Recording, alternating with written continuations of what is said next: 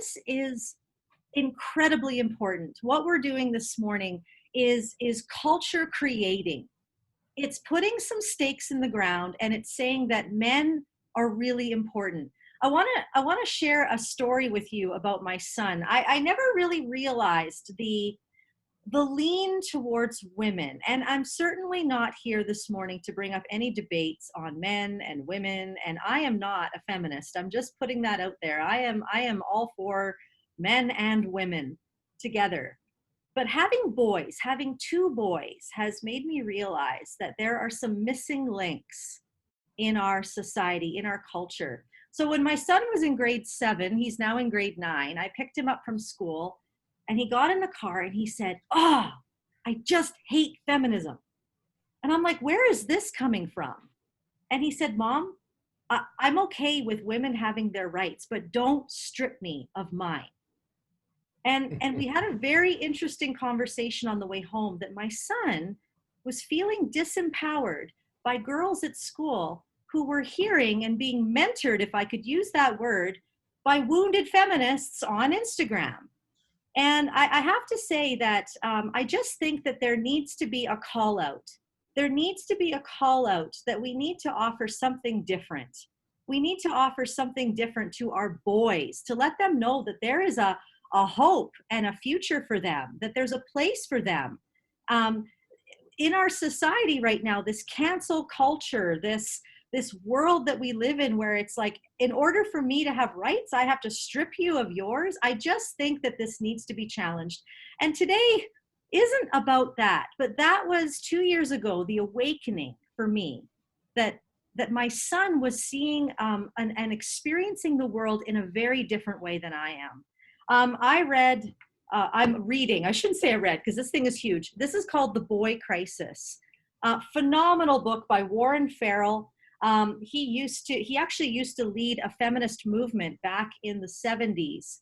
And he talks about women having such privilege, and if I can use that word, not in a wounding way, but realizing that a lot of men will rise up and they will deny their dreams in order to be responsible, in order to make a living, in order to do whatever it takes to provide for the family.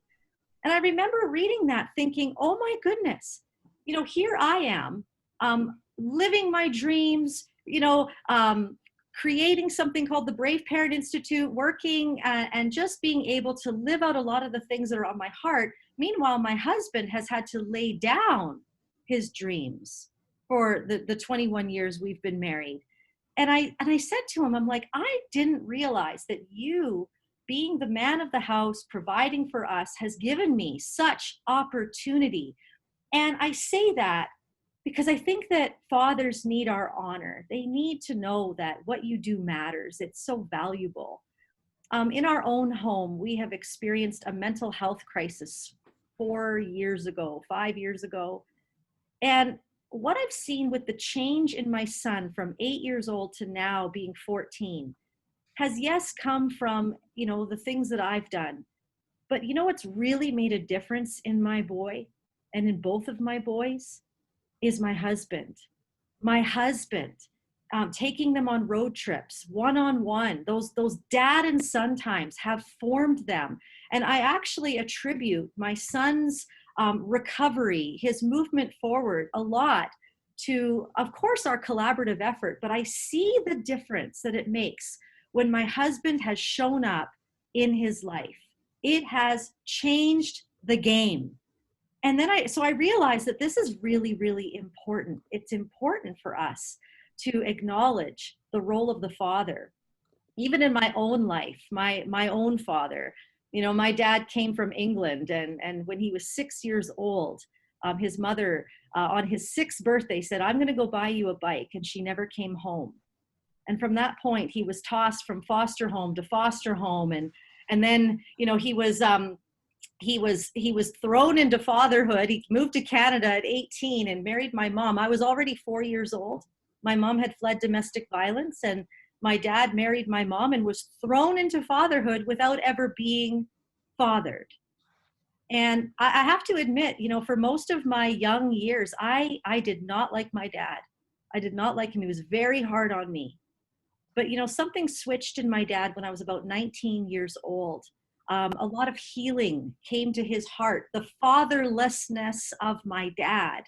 Um, all of a sudden, those wounds were starting to be healed, and he became the dad that championed me, cheered for me, covered me, acknowledged me, blessed me. And I have to say that I am the woman I am today because of my dad. He saved me from some very reckless relationships. And so the role of the father is just enormous. I want to read you something, a speech that was written by a past president. And I'm not going to tell you the name of the president because I don't want this to be about politics, but I want you to listen to these words. Of all the rocks we build on our lives, we are reminded that the family is the most important. And we are called to recognize and honor how critical every father is to that foundation. They are the teachers, they are the coaches, they're the mentors, they're the role models, they are the examples of success and the men who constantly push us towards it. And then he gives some stats that children who grow up without a father are 5 times more likely to live in poverty, commit crime, 9 times more likely to drop out of schools, and 20 times more likely to end up in prison. They're more likely to have behavioral problems or run away from home and become teenage parents themselves. And the foundations of our community are weaker because of it.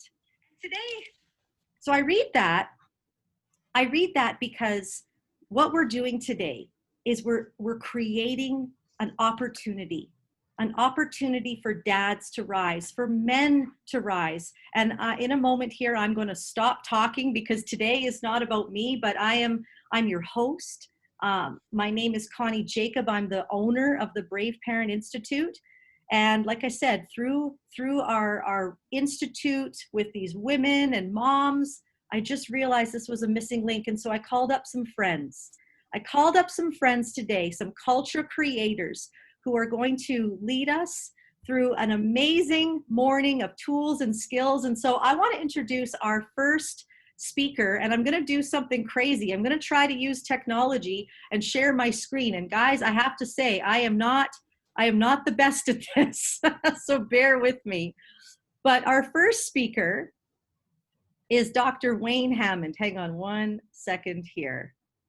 Dr. Wayne Hammond, I am a huge fan of Dr. Wayne. He owns something called Flourishing Life. He might tell you a little bit about that. He has over 25 years of clinical psychology and supervision. He's worked with high-risk youth and families. He wants to see people be resilient. Dr. Wayne, thank you so much for coming today. Oh, it's my pleasure. So do you want me to start sharing a few ideas? Yes, please. Hey, well, it's certainly a pleasure to be here and to participate in a conversation around the role of men in parenting. It's almost like I need to put my clinical side apart because, I was taught around this idea that if you see challenges or mistakes, then our job is to step in and fix it. And I think as parents, we sometimes take on that mantle, especially men. We want our children to do well, but we have a tendency to focus on managing behavior. And so what I'd like to just chat a little bit about some key things that I've learned, not only from my own role as a parent. I now have a son that's 20 and 22, and they're now emerging adults, now starting to reflect a lot of the things that we tried to focus on and build into their lives. And one of the key concepts that I think as men, we need to understand that, we prepare our children for life by how we build into their lives. And it's an inside out process. It's not an outside in. It's not about managing or making sure our children do things right all the time or behave a certain way. It's about developing, helping them to develop a sense of who they are, a sense of empowerment, and values and principles that they make their decisions by, and a belief in their potential to do great things. Now, what that's going to look like, I don't know. Even now with my 2 boys, I find it challenging in the sense that I'd like to see them go down a certain path, but it's a path that they have to choose career-wise or even relationship-wise. And so I've moved away more from that earlier years of maybe being a teacher to a mentor coach. And so now I'm that sounding board that is that safe relationship that they can come and talk. So there's a couple of things I paid attention to, and I wished I would have learned sooner than later. But one of the key concepts that as men, I think we need to see our children, whether they're boys or girls, because this also really applies to women as well. But I think males have a different relationship oftentimes. My boys will actually learn about how to connect with women in their life, oftentimes through the relationship with their mother. Whereas a lot of some of the other learnings they need in life come through the relationship with the father. And it's not saying that they can't learn that from either one, but there is something about what does it mean to be a male in our society or a woman in our society. And sometimes that sounding board or that place of figuring that out is in the relationship with either parent. And there's different learnings sometimes that occur. But one of the things I saw in my work with my children was the idea that I needed to see them at potential and not at risk. Because when you see them at risk, you tend to interact with them a certain way. We tend to sort of demand certain things from them, or we watch their behavior. Whereas if we see them at potential, we're asking different questions. So for example, I could say to my child, why did you do that? Didn't we talk about that the other day? Didn't we say that we were going to change? Well, that's a judgment statement. And what comes across to the child is I messed up. And if I don't behave a certain way, then I'm not acceptable to you. As opposed to, that was an interesting choice. Well, why was it important to you? I'm looking at asking in a curious way, what's going on behind here? Because it sounds like you were meeting a need and you chose a certain way of doing it. Could you help me to understand the need that you're trying to meet? Because maybe we could explore different ways of meeting that need. And in doing that, you're not robbing the child of his empowerment. You're saying, no, it's normal to have needs. It's normal to be interacting a certain way, but how you choose and how you adapt is important. And so therefore you're guiding them and coaching them on that process of weighing the pros and cons of things. And so they're starting to develop that internal template that they need to learn how to adapt. They need to learn how to explore, but the types of choices they make have an impact on their lives.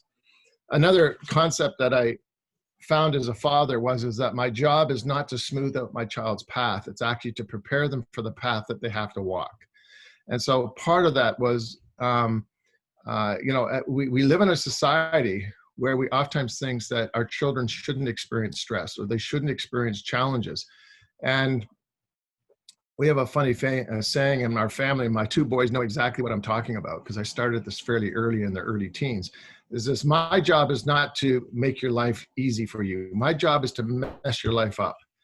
And so I don't mean that in a negative way, but what I mean is that my job is to introduce you outside your comfort zone. I don't want you to sort of say, life is good because I've never had to make a tough challenge. We see that actually in a lot of kids going off to college and university. We have a 30% dropout rate in university of our kids because they don't know how to handle life. So part of this job as a parent, and especially as a father, is my job is to prepare you for life. And that means allowing you to experience certain things, as long as it's not risk oriented or whatever. But point is that I need to allow you to experience. We'll work through it in our relationship because I've established trust and a sense of safety for you to talk about things. But you need to step out of your comfort zone because that's where you really learn about who you are as a person. And that your role is to sort of embrace your own story forward, not mine.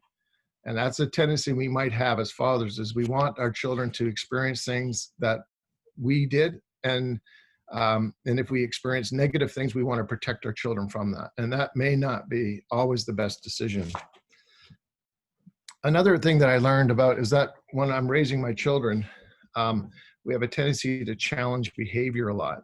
And one of the concepts that I learned is if you want your children to learn about what it means to make good choices or to behave in a way that's productive and constructive and to be resilient, is point out to them when they're actually doing those things, not because you said, we're going to learn this, therefore a good job, you did it, but actually in the day as you're watching them.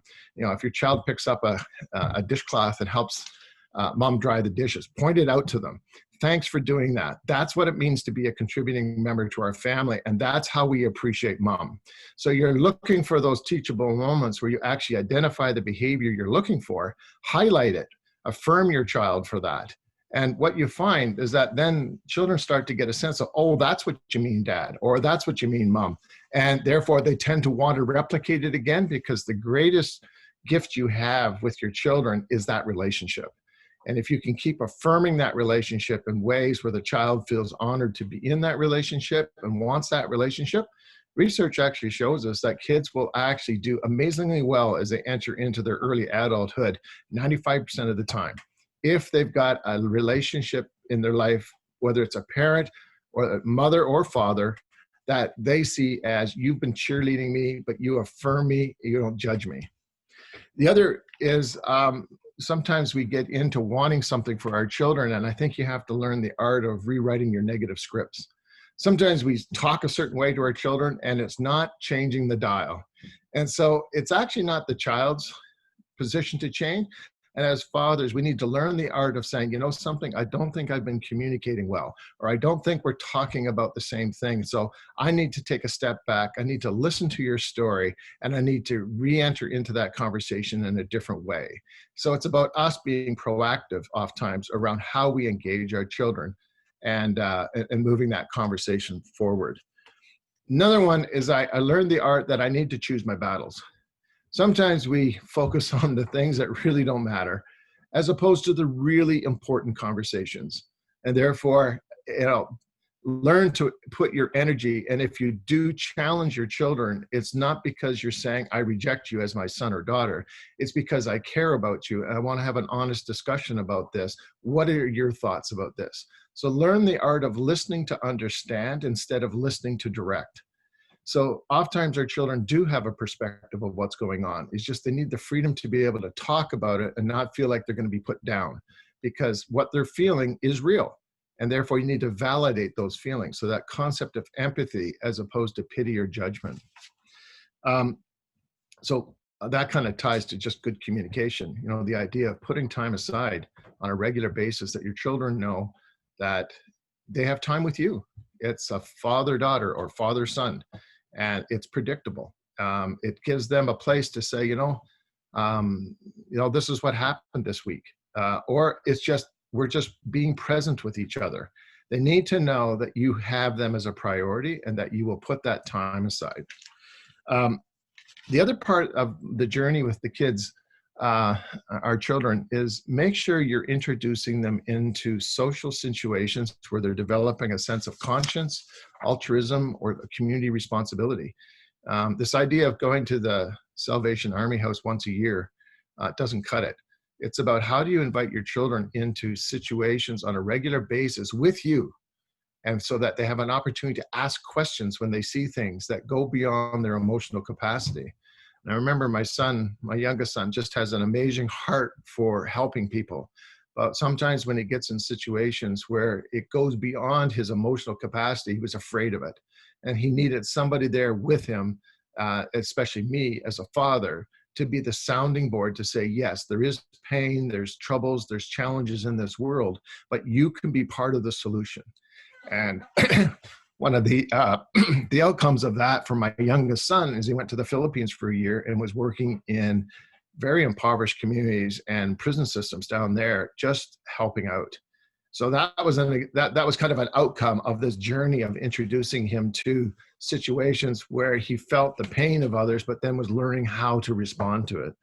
And so the other part I think we need to work with our children around is that making sure they understand that they're on a journey and that you're there to support them to explore their own potential. Sometimes we have a tendency to say, this is what I think you should do, or this is what, would be a safe job, or this is what would be. So we and it's not wrong to have those opinions, but just remember that they have their own sense of experience, their own mindset, their own sense of who they are. And that oftentimes what you need to focus on is their sparks, not what you think they should be. So this is an interesting concept, but we need to accept our children for who they are, not what we think they should be. And this is that idea of giving them permission to explore their passions. because you're going to find that their educational journey or their career journey is oftentimes going to come out of what creates a spark inside of them, what puts a smile on their heart. And that's where they're going to start moving towards, how do I prepare for whatever it might be, but that's the zone of life that I need to be in, because that's where I'm going to enjoy. That's where I'm going to be motivated. That's where I'm going to be impactful or transformative, because it aligns with who I am. And sometimes that goes in directions we never thought of. I'm still, waiting for my two boys to sort of figure some of that out as they move forward. But I'm excited because it's kind of moving out of my comfort zone. And that's what I've been asking them to do all along in our parenting journey. So it is a two-way street. It's as fathers, we're in a journey ourselves, but we need to be more of a coach facilitator as opposed to a director. We played a bit of that role in the early years, but as the kids start developing a sense of who they are, they need to take ownership of their own journey forward. And it's a blessing. It's exciting. My two boys are going to impact the world in ways I never thought possible.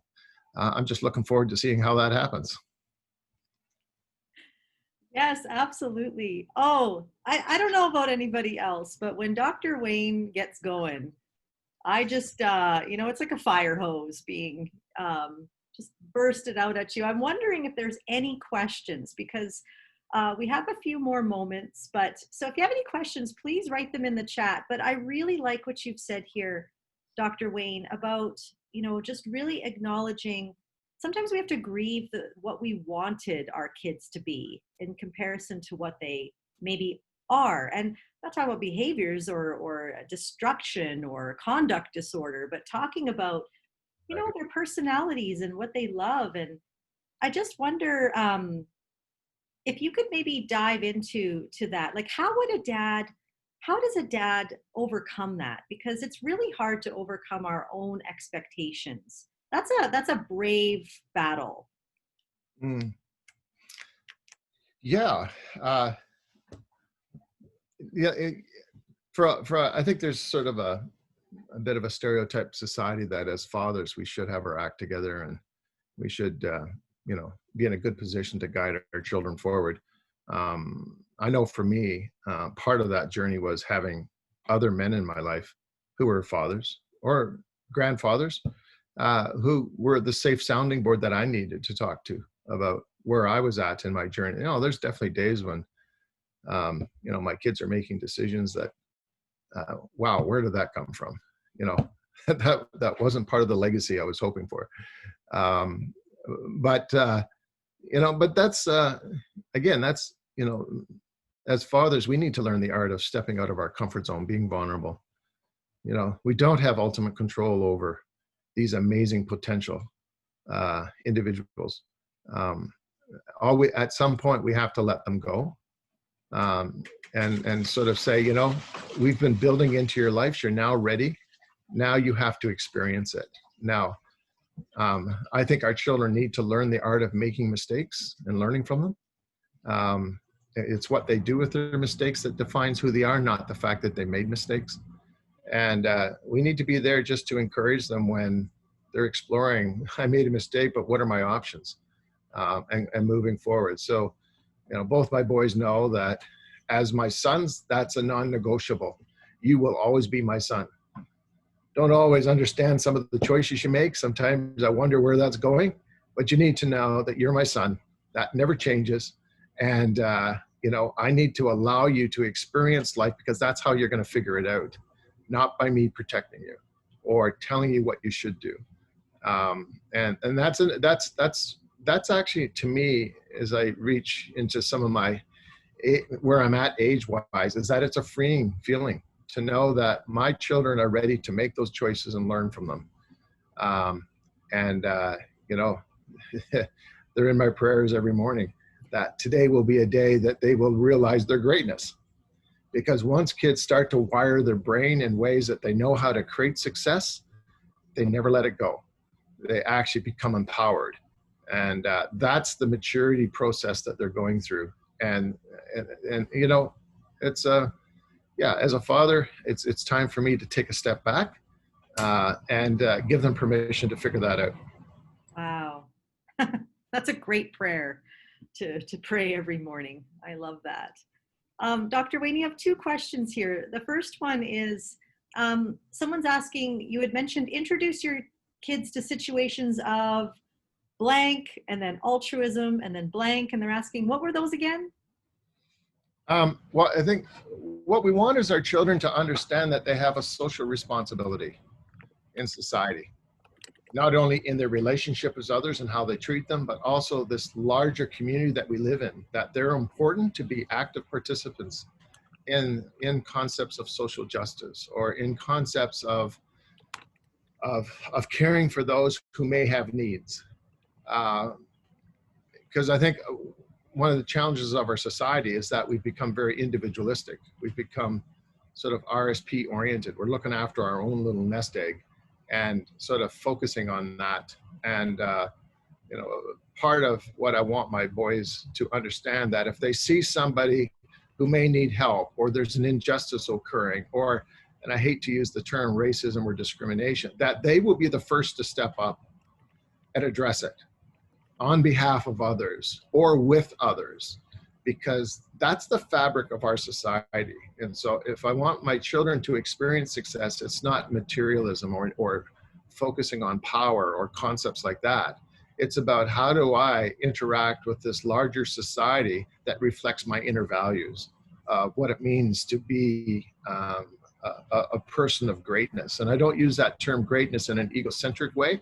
It just means that they are resilient and they know how to create performance success in their lives, but it's based on certain character values that they're developing inside. Wow, yes, that's incredible, incredible.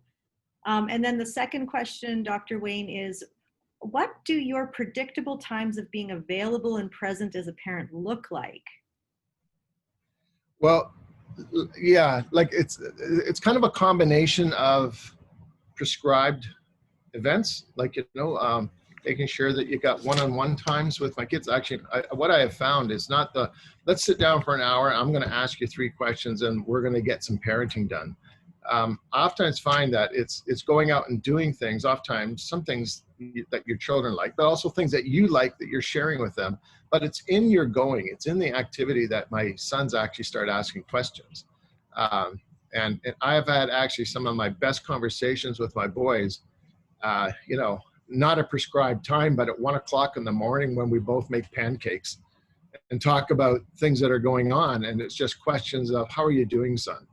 And then because of the environment, because of whatever, they'll talk. And now the other is that it's sort of in your going. I'm constantly affirming my children 3 to 4 times more often than any time I ever challenge them. And because it's my children need to know that I'm watching them, that I'm actually noticing the things that I value in how they're developing who they are, and telling them that.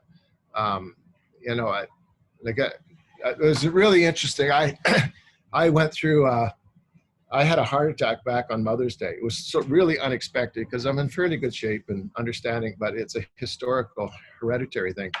And during those 2 months after, my oldest son, probably played the most critical role in my life of almost reflecting what I was doing with him. He would take those moments and say, Dad, you're doing okay. I'm helping you with your rehab. We're doing these kind of things. So he kind of almost took over the role that I had as a parent and how he was helping me. Now, that to me was something that I needed to notice, because I said, son, that's amazing. I'm excited about who you are and the fact that you were stepping up like that. And this is the impact it had on my life. And thank you. So it's really interesting to see how when you build into your children's lives, eventually they start reflecting it and they start giving back. And that's the amazing cycle, I think, of fatherhood, because it's almost like that circle of life concept that you spend all this time building in, but then your legacy is starting to almost demonstrate itself in real time. Wow. Well, this has been so enriching. I mean, what a start to our morning. Dr. Wayne, you are you're an incredible man. I know that, you know, here at Wellness Innovate with Abe and I, we love working with you. And you just, every time you open your mouth, the reason why it has so much weight to it is because you live it. And I think that you hit the nail on the head. It's not what we're telling our kids. It's not what we're telling our boys. It's what we're living with them. And I think that you just model that so greatly. I just want to honor you and tell you how much I love and respect you. And I'm just so thankful that you gave us your time this morning. It's been an absolute pleasure. I noticed somebody was wanting about a document. It's not so much written for fathers, but I did write a document on strength-based parenting. If somebody wants to get a copy of it, I'm more than willing to share that. And so I can send that to you, Connie. And that would be great. Yeah, yeah, that would be great. Awesome. It's also a pleasure to be amongst a group of men and women. But you know, it's sometimes as a parent, it can feel lonely. You just need to know that there's other parents out there asking the same questions. And it's not because one person has a whole act together, because man alive, I can tell you about all the amazing mistakes I made. That could be a book in and of itself, as opposed to, but I think, you know, as we share our journeys, we share our conversations, we support each other. And I think that's what I'm looking for in parenting, is that we do it as a community, that it does take a village to raise a child. And as parents, we have a specific role. And as men, we have a specific role, but we do it in collaboration. And, you know, this is about, you know, transforming the next generation, because they're dealing with a lot in very different ways than what we had to. Yeah, so true. So true. Well, thank you, Dr. Wayne. Appreciate you tons. Yes. Awesome. Thank you very much. I'm excited to introduce our next speaker, Cory McWhinney. Cory is an incredible man. He is a businessman. He has 4 children. He is an advocate for mental health. And what I love about him is that he has struggled with bipolar 1 disorder and is so honest about his own struggles with just how he is overcoming that as being a father. And so I've invited him here because we wanted to hear from professionals, but we also just wanted to create a space for fathers to share their hearts, because, you know, this is real life. And so, Cory, I just want to welcome you here this morning. Thanks, Connie. What an honor. Good morning, everybody. And let's give Dr. Wayne a big hand again. That was absolutely amazing. Thank you for sharing. You know, when Connie reached out to me, I met Connie early on in the summer with this whole COVID thing. I mean, is anyone else kind of like, just like, you know, I'm working from home full time. And I kind of started hopping on some of the sessions she was doing throughout the summer. And she reached out to me just kind of like, hey, I'm just trying to connect to some of the people that were part of my sessions. And we had a conversation. I'll never forget. She's like, you know, I kind of started telling her a little bit about my story, my background. And she's like, would you ever want to tell your story? And I was like, yes. Yes, I want to tell it. And, you know, kind of fast forward, I've been taking some of her master classes here with her with the Brave Parent Institute. And here I am. And, you know, I'm going to share a bit of my story this morning from kind of my journey battling with bipolar. And I'm going to share a little bit about my son's story. He's pictured behind me there. I put a backdrop on today. That's my 19-year-old boy. I thought it was appropriate.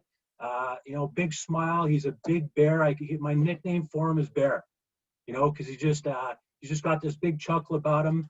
And you know, I've been battling bipolar disorder 1 disorder now for 26 years. I was diagnosed shortly after I think I was 24 years old. I turned 50 this year. And I think the biggest thing that I've learned on the whole journey is that, you know, I know who I am now. And I don't know if that might make sense to you, but, you know, I think a lot of times as men, like, I'll give you a little bit about my professional background. You know, I've been in professional sales for 15 years. I work for a very big company here in Calgary. You might even heard of it. The name of the company is called Ainsworth Inc. We're one of the biggest multi-trade services companies here in Calgary, and I'm on the sales side.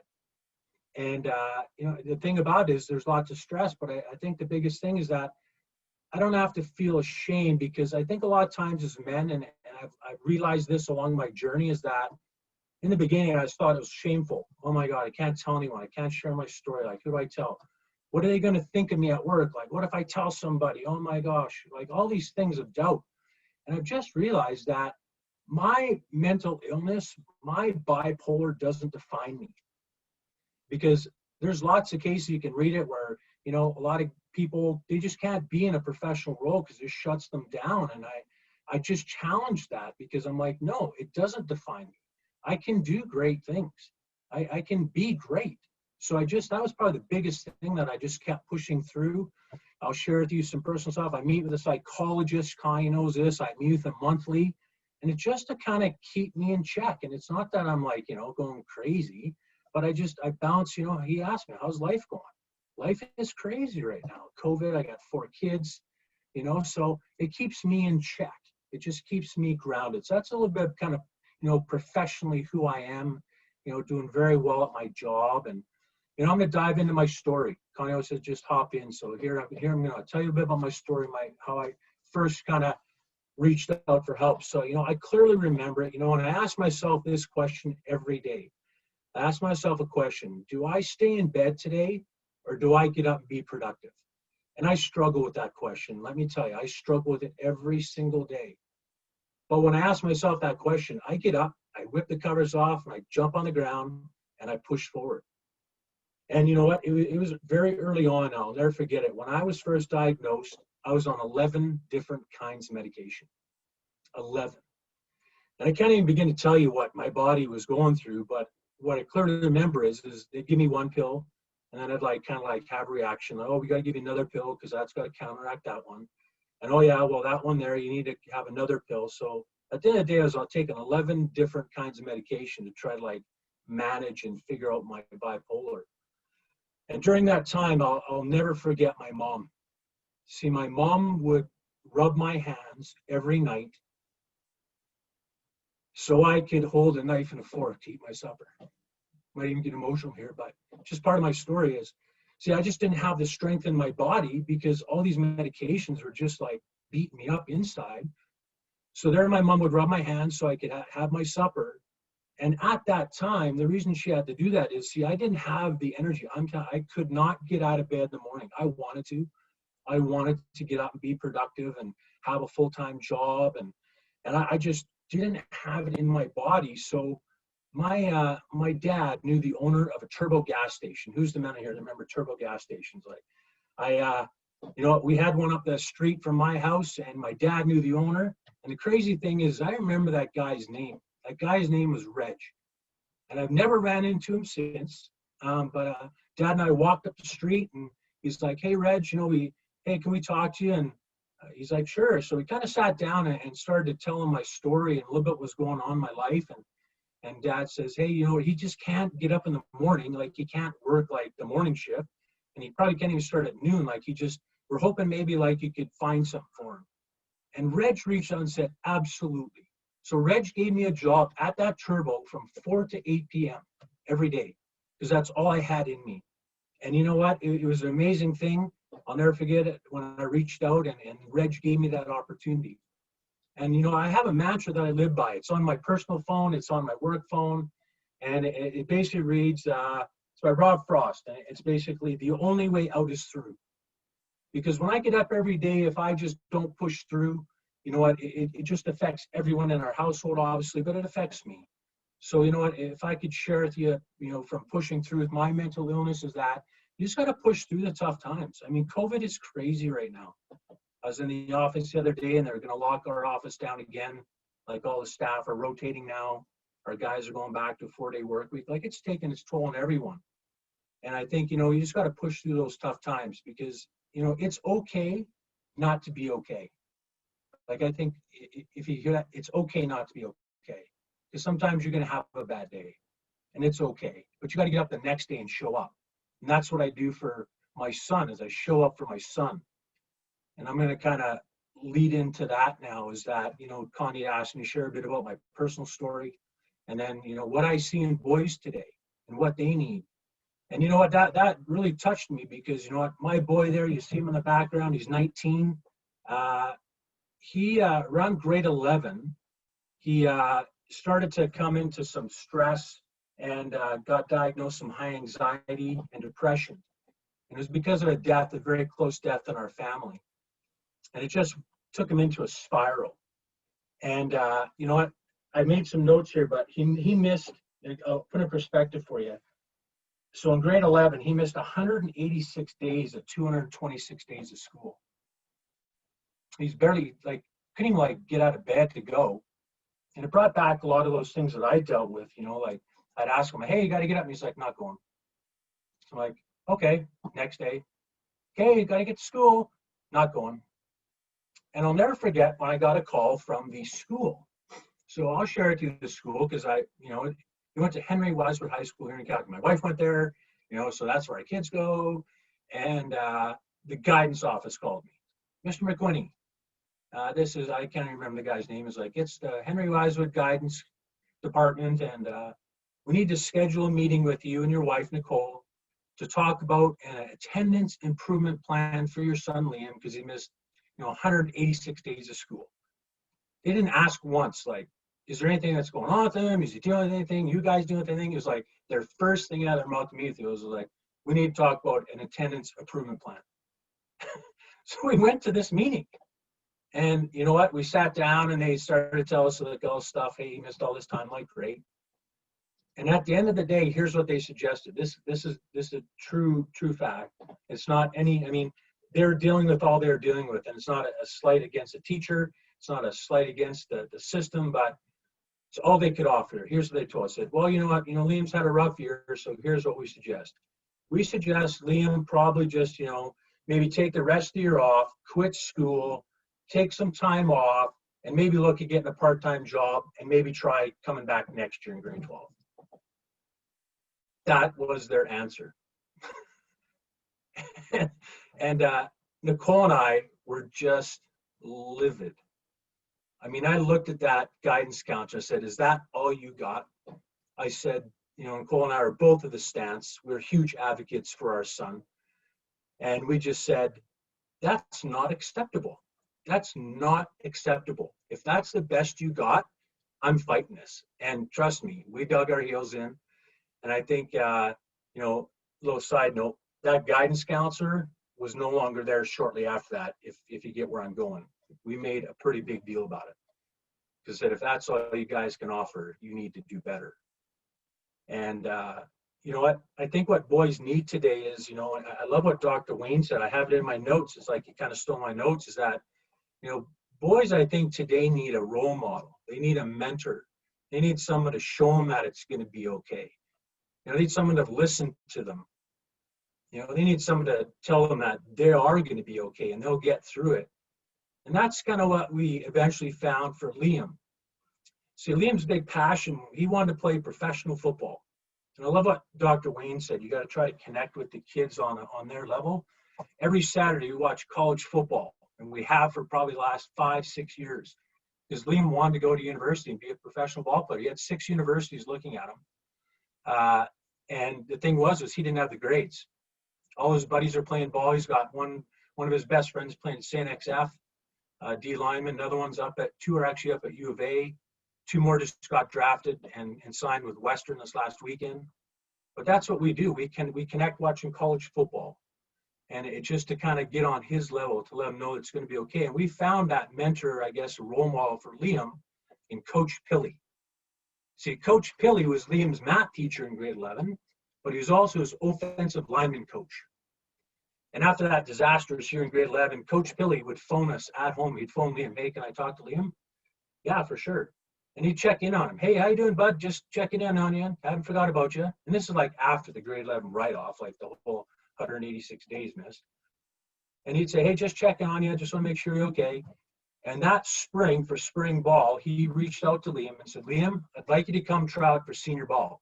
And Liam's like, not happening. And he's like, Liam, you are a great offensive lineman, and you would be awesome on our team. We need you. And he's like, wow. Well, that little hook there for Liam got Liam back to school for grade 12. Like after missing 186 days of school, they said, quit, you know what, throw in the towel, get a full-time job. You know, the coach reached out, Coach Billy, his math teacher, and said, just come play ball. We'll figure out the rest, is kind of what he said. So Liam got back to school, you know what, finished that year, which was amazing. I mean, was it great? No, because he missed 186 days, but that's not the point. The point is that he actually was back at school, which was just like our biggest victory, because that's what Nicole and I wanted. Like, we were not giving up on that. Like, that was our first and foremost biggest reason to like advocate for him. And then he got to play ball. And the great thing about that is they went on, they won the senior championship, they won the city championship, had an amazing year. And, you know, he was kind of back in his groove, you know, so he's kind of taking some classes now at Alternative High, looking to finish it off. And he wants to become a refrigeration mechanic. He kind of found his path because he said, Dad, well, it looks like I'm not playing ball at university, but I don't know if I want to go to university. So he's going to be a refrigeration mechanic. He's finishing that up. He'll be going to SAIT here in January, February in the apprenticeship trades program, because he just realized his value, like Dr. Wayne said, that, hey, you know what? Well, if it's not university, there's got to be something else for me. And he kind of found that by himself. So that's a pretty big, amazing win there. You know, so I guess with, you know, I think like Liam, every boy just needs that mentor. He just needs that person to believe in them. I see it a lot today, and a lot of Liam's friends, they come over and, you know what, Nicole and I have been married for 20 years this year, September, and all the boys come to our house. And I don't know if it's a trend, but a lot of them don't have dads. And one of Liam's close friends, that's the boy that's going to U of A. His name's Steve. And I know his dad super well. They're divorced. But he spends more time at my house than he does at dad's house when he's in town. Like, he was here all last week, and what we do? We watch football. We watch football, college football all day Saturday, and NFL on the zone on Sunday. Nicole made snacks and treats. It was awesome. And he was here for reading week. So I think sometimes you just got to, you know, like Dr. Wayne said, you got to reach out to them in maybe a different way. You got to kind of connect with them. And we didn't say a lot during the day on Saturday and Sunday, but it's just being present, like Dr. Wayne said, you know. And, you know, something would come up, we talk, and then be quiet. They're both on their phones. I mean, it's just amazing how you find something that they like. So I guess, you know, just like Liam, to end here, boys today need that role model, a mentor who believe in them, and someone that would guide them on through these tough times. Be well. Wow, that's so good, Cory. I love this. You know, boys need a mentor, girls need a mentor. And I love that you're connecting with something that you all love, football. You know, I do not understand that at all. Like, I don't connect over football. I don't connect over like appetizers and wings, you know, like I want to have a deep conversation. But I love that you're showing up like that. And I'm just so proud of you, Cory, because I've really been getting to know you over the last, 6 months. And, you're a part of our Brave Speakers, learning how to share the story. And your story just needs to be told. And I hope that this is such an encouragement for any man who struggles in any way. I love what you say, that, you just get your feet on the ground in the morning and you keep going. And that's not an unhealthy thing. One of the things that we're learning with our son, who also missed a ton of school this year already, was that just getting up does something. And, I just felt, as you were talking about that, I felt that call to the fathers, just get up, keep going. We need you. And because you kept going, because that man at Turbo invested in you, because that coach invested in your son, and because you're investing in your son's friends, these kids can now keep getting up, putting their feet on the floor. And so we're calling out to the dads, keep going, keep putting your feet on the floor, and remember that, you can reach out. I love what you say there, Cory, that you can reach out for help. I don't think it's a man's natural instinct, at least from my experience being married. It's just not the first go-to. Let's not ask for directions. But there's nothing wrong with asking for directions. And yeah, that's the woman said it. Okay, I'm going to stop now because you're all just tuning me out, aren't you? But I really, really love how you shared so vulnerably. And thank you for being here, Cory. Awesome. Well, you know Thanks what? for having me, Tony. And you know what's interesting is that I feel like you just kind of set up the next speaker. I find this very interesting because the next speaker, I just want to share my screen here, is actually all about, you know, using sports to mentor others. And I love Fred. Fred, it's interesting. Speaking of mentorship, when I used to run a hip hop company back in Vancouver years ago, there was this beautiful girl in elementary school who came to my class, beautiful blonde girl, and she just shined. And I didn't know till years later that she struggled with major anxiety. And then I got to meet her dad, Fred Wells, and he said, thank you for what you did for my Maddie in those dance classes. And I mean, it didn't feel like much, but it was such an honor to meet Fred and to hear his story. He is a coach, he's a father, he's a businessman, he's the founder of 140 Sports, which maybe he'll talk about.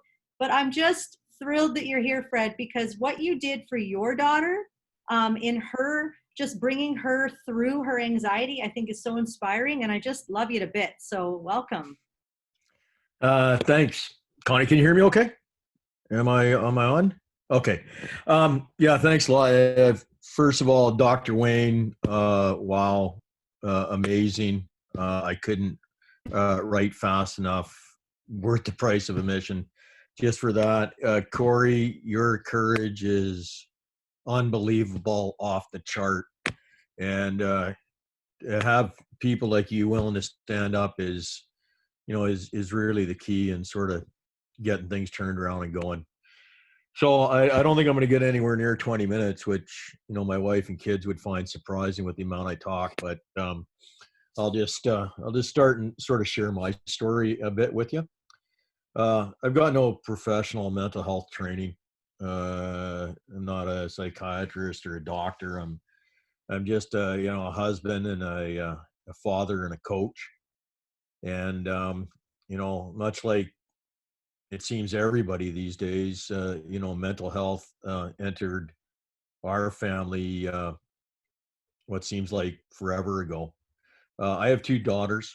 Both of them have struggled with mental health issues. Jamie, our youngest, it actually started in elementary school, and we really had no idea what was going on, and it wasn't until she got into high school and it manifested itself through self-harm and prescription drug abuse and sneaking into the medicine cabinet and finding whatever she could to make the pain sort of get dulled a bit. Maddie, our eldest, it came much later in life. She was off at university. She was there playing soccer, got injured, wasn't able to play anymore. Depression, anxiety slipped into her world, and then we ended up bringing her home, to start the healing process. And I got to tell you, it was a terrifying time. You know, as a parent, I guess, I don't know, we talked, and I think Dr. Wayne talked about us projecting on our kids, and that was sort of what happened to us. We were seeing them what we wanted to see, rather than what was really there. And we used to say, Maddie was she's a sensitive one, and we'd say, we always have to protect Maddie from the world, but with Jamie, we have to protect the world from Jamie. And it was this facade that sort of had built up around it, and we never really appreciated what was going on behind the scenes there. So, both my daughters are exceptional athletes. They did really well. Like so many, they were the good-looking, popular, friendly, outgoing from the outside in. Everybody, wanted to be them because they had this perfect life.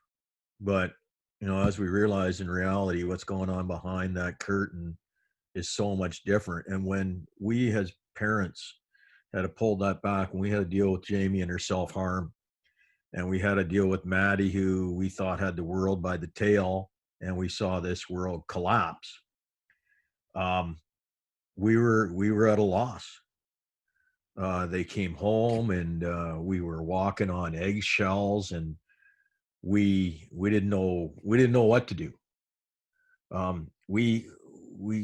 This had never entered our world. We weren't prepared for this. Um, you know, you look back and reflect on how we grew up, and and what our parents had shown us. You know, the only problem is the world that our parents prepared us for, that doesn't exist anymore. That's not the world that we have, that our children are going through. So it was absolutely a terrifying position to be in. And we talked about it. I think Dr. Wayne and Cory both said, um, you know, we're there to protect our kids. Our job, our role is to protect them and make them safe, and give them a place of refuge, and to help fix their problems and make their life better. And when you can't do that, when you don't have those tools or that experience, it's uh, it's terrifying. You know, we as fathers are expected to hold it all together. We're expected to have the answers. We're expected to give them guidance, and make everything okay. And the reality is, it's not there. And I'm probably like a lot of dads. I give a lot of advice that I don't follow. Um, and I think with us, when we started dealing with the issues with Jamie and Madison, and Angie and I finally got into getting some help and reaching out, and and accepting that, like Cory said, um, being able to reach out and sort of free yourself of trying to hide behind that was a massive step forward for us as parents, as me as a father, and for our kids' relationship. Um, it's hard when your kids come up to you and they tell you, I'm tired of being broken, and I'm tired of being a freak. And I think as parents, the biggest thing we could do, and I think Andrew might have posted something online, that you know dads don't have to be perfect. We just got to be there. Um, and sometimes leading by example. So when we went out, we started to get the help and the support. It was really a matter of, physician, heal thyself.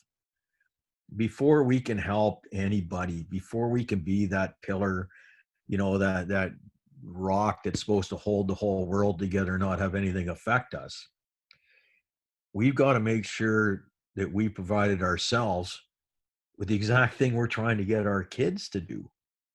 um, is to reach out and know that you're not alone. um, it's a matter of leading from the front. When you're able to go to a child and say, you know what, maybe we need help, maybe we need to go see a counselor, or maybe guidance, or maybe this or that or the other thing, um, is our path to start healing again. Being able to look at your kids and they go, well, did you do it, Dad? um, you tell me to be open, and you tell me to reach out, and you tell me to go to support. Have you done it? And if we can't look back at them and say, yeah, yeah, I have. You're not alone. I'm not alone. And we share and we post this. As Connie mentioned, we have a charity that we started because it's the same old thing. If I knew then what I knew now, And that was sort of, you know, one of the genesises of 140 Sports. 140 Sports is our charity, and 140 Sports comes from Yogi Berra's famous saying that baseball is 90% mental and the other half is physical. So we started taking the approach, if that's true, and I mean, how can you argue with that logic, right? Um, why aren't we spending 90% of our time in sports providing our kids with the mental training, giving them the tools in advance? We have a culture of waiting until the horse is out of the barn before we react, and then we're backpedaling and we're trying to catch up all the time. So the ability to project and get ready, and I know in ball with 140 Sports, you try and teach the kids certain skills that they may not comprehend, and it may be way beyond their realm of understanding, but you plant that seed, and maybe in a year or 2 years, you know, it clicks for them, and you know, oh yeah, that's what we were talking about. What that's what the coach was saying. That's what Dad was saying. It all makes sense now. But it's not something that they were scrambling around in this era of distress and panic. It had always sort of been there for them.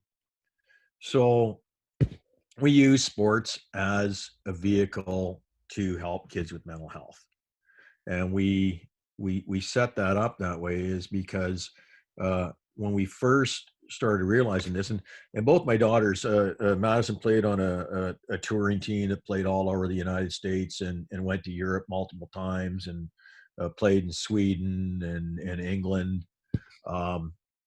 Same thing, beautiful, talented, the popular kids in school. Jamie was the ball player, also played in the national championships. Of those kids, we saw, I think on Maddie's team, out of the 16, 11 of them ended up with mental health issues, eating disorders, drug, anxiety, depression. Jamie, out of the 13, there was about 9 or 10 of them that had suffered through. And when we went to the parents to talk, saying we want to do some mental health stuff, they lost their minds. They saw it as a reflection on them, as their shortcomings, and they were, you know, you're telling me how to be a better parent and you don't know what you're doing, and keep your nose out of it. And a bit of a coward, I backed off from it, and I saw these kids, you know, sliding into this abyss. So we took a different approach, and we went to the parents. We said, hey, we're going to work on this stuff that's going to help your kid's batting average and bring it up 15%. Well, they cut off their left leg and write me a check for $10,000 because this is what the parent had projected as success. So, I mean, whatever way the, you know, ends to a mean, whatever way it takes to get there, right? So the fact that we incorporated this stuff, and it did help them out on the ball field, and did help with their shooting percentage, and it happened with their batting average. The fact that, you know, they're going to carry these tools on for the rest of their lives, you know, is the real payoff for it. But the stumbling block, and God help, you know, God bless our young kids. I got a great deal of faith in where this world is going, and I'm sorry we've dumped on them as bad as we have in the world that we're going to leave them in. But I think they're a lot farther ahead than really we are. And I was in the bar the other night, and I heard 2 20-something-year-old boys talking about their therapists and comparing notes, like they were going over, you know, what happened in the ball game on Monday night. I was blown away for it. So, you know, even though they do need our guidance and support, I think, you know, in a lot of cases, these kids are way farther ahead than we are. And I think we got to start looking internally. I think we got to realize that our way to support these kids is with the example, is is showing them through actions that it is okay, that you're, number one, you're not alone. I post these things online all the time about men and stress and the men suicide rate of men right now and what's going on. And it is unbelievable of these people who are the rocks of our community that are coming back in a millisecond with a like or a heart.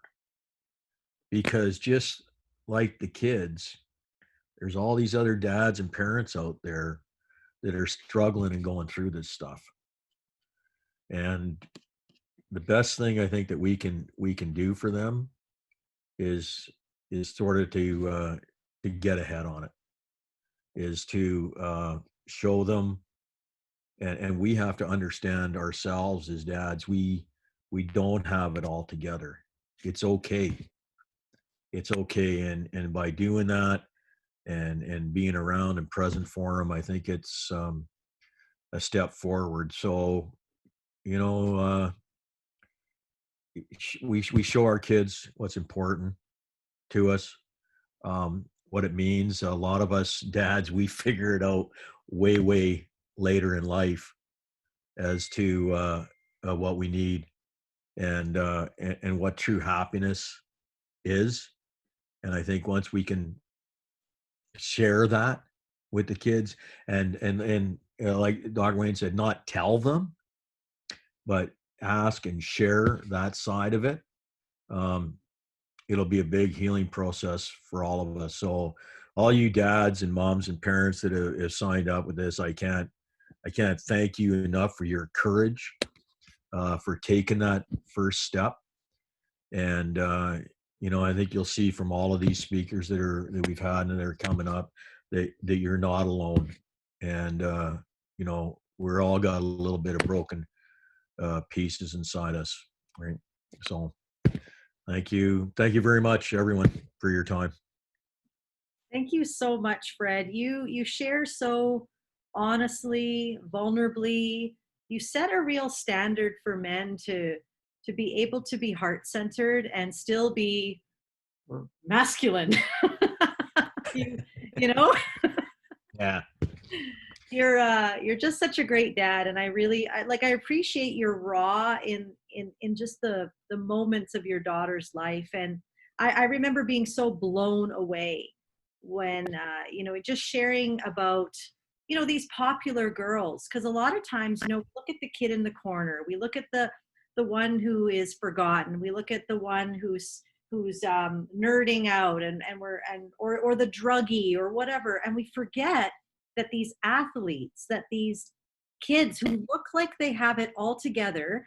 And I've been to your community, Fred. I think I've been to like maybe your house or somebody's house of Maddie's friends. And, you know, everyone's pretty well to do. There's some nice homes. People are not hurting financially. I don't know now. This was 12 years ago or 15 years ago in Vancouver. But like, we can so easily look like everything is great. And one of the stats that just baffled my mind, it's a study out of Raising Canada from the University of Calgary, and it said that we're number 25 in the world for child safety. Now, I want to define child safety for a moment. It doesn't mean they're being abused. It just means that they don't feel safe. They might struggle mentally. There's maybe substance abuse going on behind closed doors. There's behaviors that are not so healthy. And you know what it said to me? That stat, being 25 in the world, you think we would at least make top 10. What it said to me was that there's a lot of brokenness that goes on behind closed doors that we're so afraid to tell anybody. And then comes Fred with his courage and his vulnerability and wakes the giant and says, actually, I'm about to bust down that door and say, you're not alone. I just think that, you know, your story is making ways for people, Fred. And I know the men have really appreciated it. And Jeff Wong, you know, Jeff Wong in the chat is actually in Surrey, so maybe you guys can connect. I would love to. Yeah, just one thing, Ani, and it's sort of the thing that it's come to now, and you talk about the athletes now. The more that I see somebody and it looks like they have it together, the more I'm sort of envious of what they've going on and that perfect dad and that perfect mom and that perfect family. It's come to the point right now is now my expectations are what kind of struggles are going on behind that, because they are just like our family and everybody else's. So don't let that facade fool you, and don't make the assumptions about everybody. We're all in it together. I love it. I love it. Andrew writes, "You've just provided the best segue for me." It's so true. I want to introduce our next speaker, and I think that Fred and Andrew are buddies. That's how I met Andrew. Andrew is a clinical counselor, but he's also a dad. He's a leadership consultant. He's the executive director of Alongside You, and I've had the privilege of visiting his very unique counseling practice in Ladner, BC, but also, you know, they have different locations, and what they're doing is so revolutionary. But I think same with Fred. What I love about you, Andrew, is that you're just honest, and you bring a clinical approach, an evidence-based approach with honesty. And so welcome, my friend. Thanks, Connie. Man, it's so much.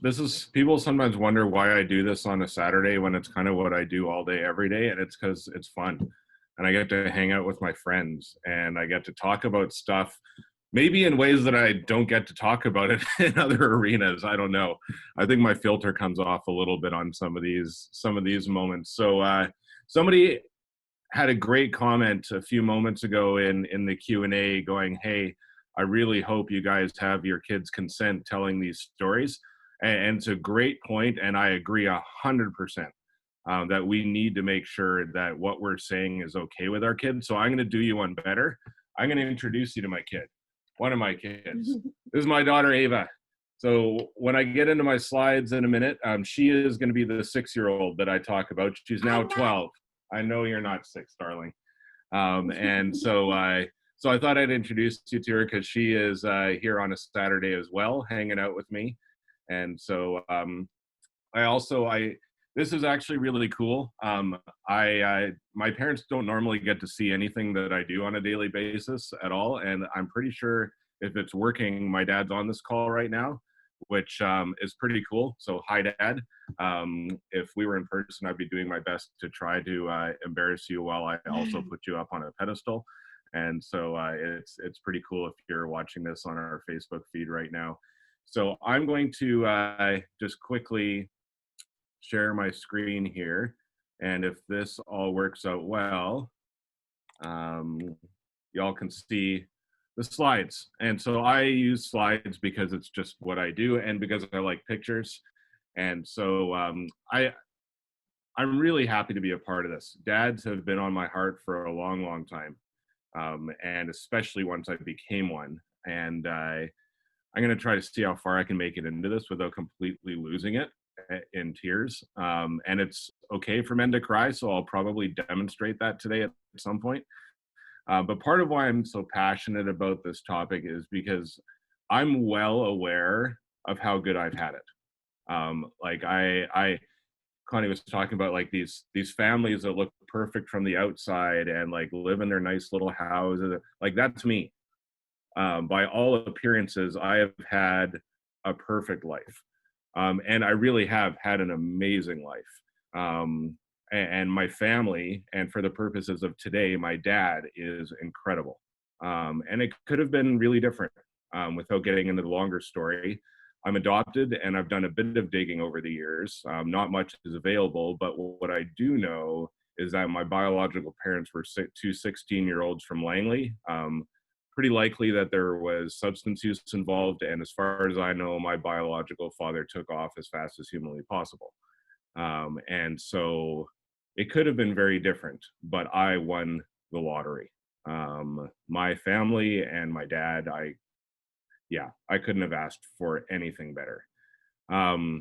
So Connie kind of told you a little bit. I wanted to show you a picture of my family because as far as I'm concerned, this is what life's all about.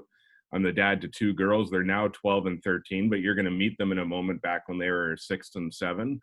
I'm the husband to a very fortunate wife of 17 years. I can say that because she's not here right now and she's back home and can't hit me. And I'm someone who cares deeply, sometimes to a fault, and that's probably going to come out today as well.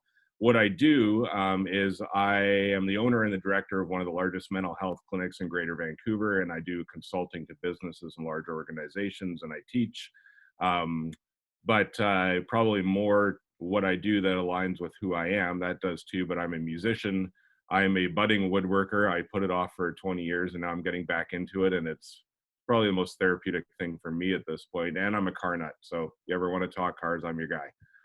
But why I do it is because I think families matter. I think fathers are essential to the healthy development of children. I think that socioeconomic status should not determine the care that people receive, and that's why our clinic exists. And I don't think that it has to determine the health and well-being of our children. I think what our kids need is actually, while being difficult, very simple. And so a few years back, I asked my youngest Ava here, when she was 6, what our relationship meant to her. And she drew this picture for me. And what she said at the time was, we're going for a walk together. It's important to spend one-on-one time together. And so then I asked my older daughter, who was 1 year older, and so she was 7, I asked her what our relationship meant to her. And what she said is, me and you are walking the dog together because I really wanted a dog and you got me a dog. We both love dogs. And the reason I share this, other than the amazing artwork, is that they talk about presence, right? And that is going to be the overarching theme for today is the importance of presence in the lives of our children. So I've got a few quotes that I think really kind of highlight some of what I want to share. And so I like sharing what other people have said versus what I say.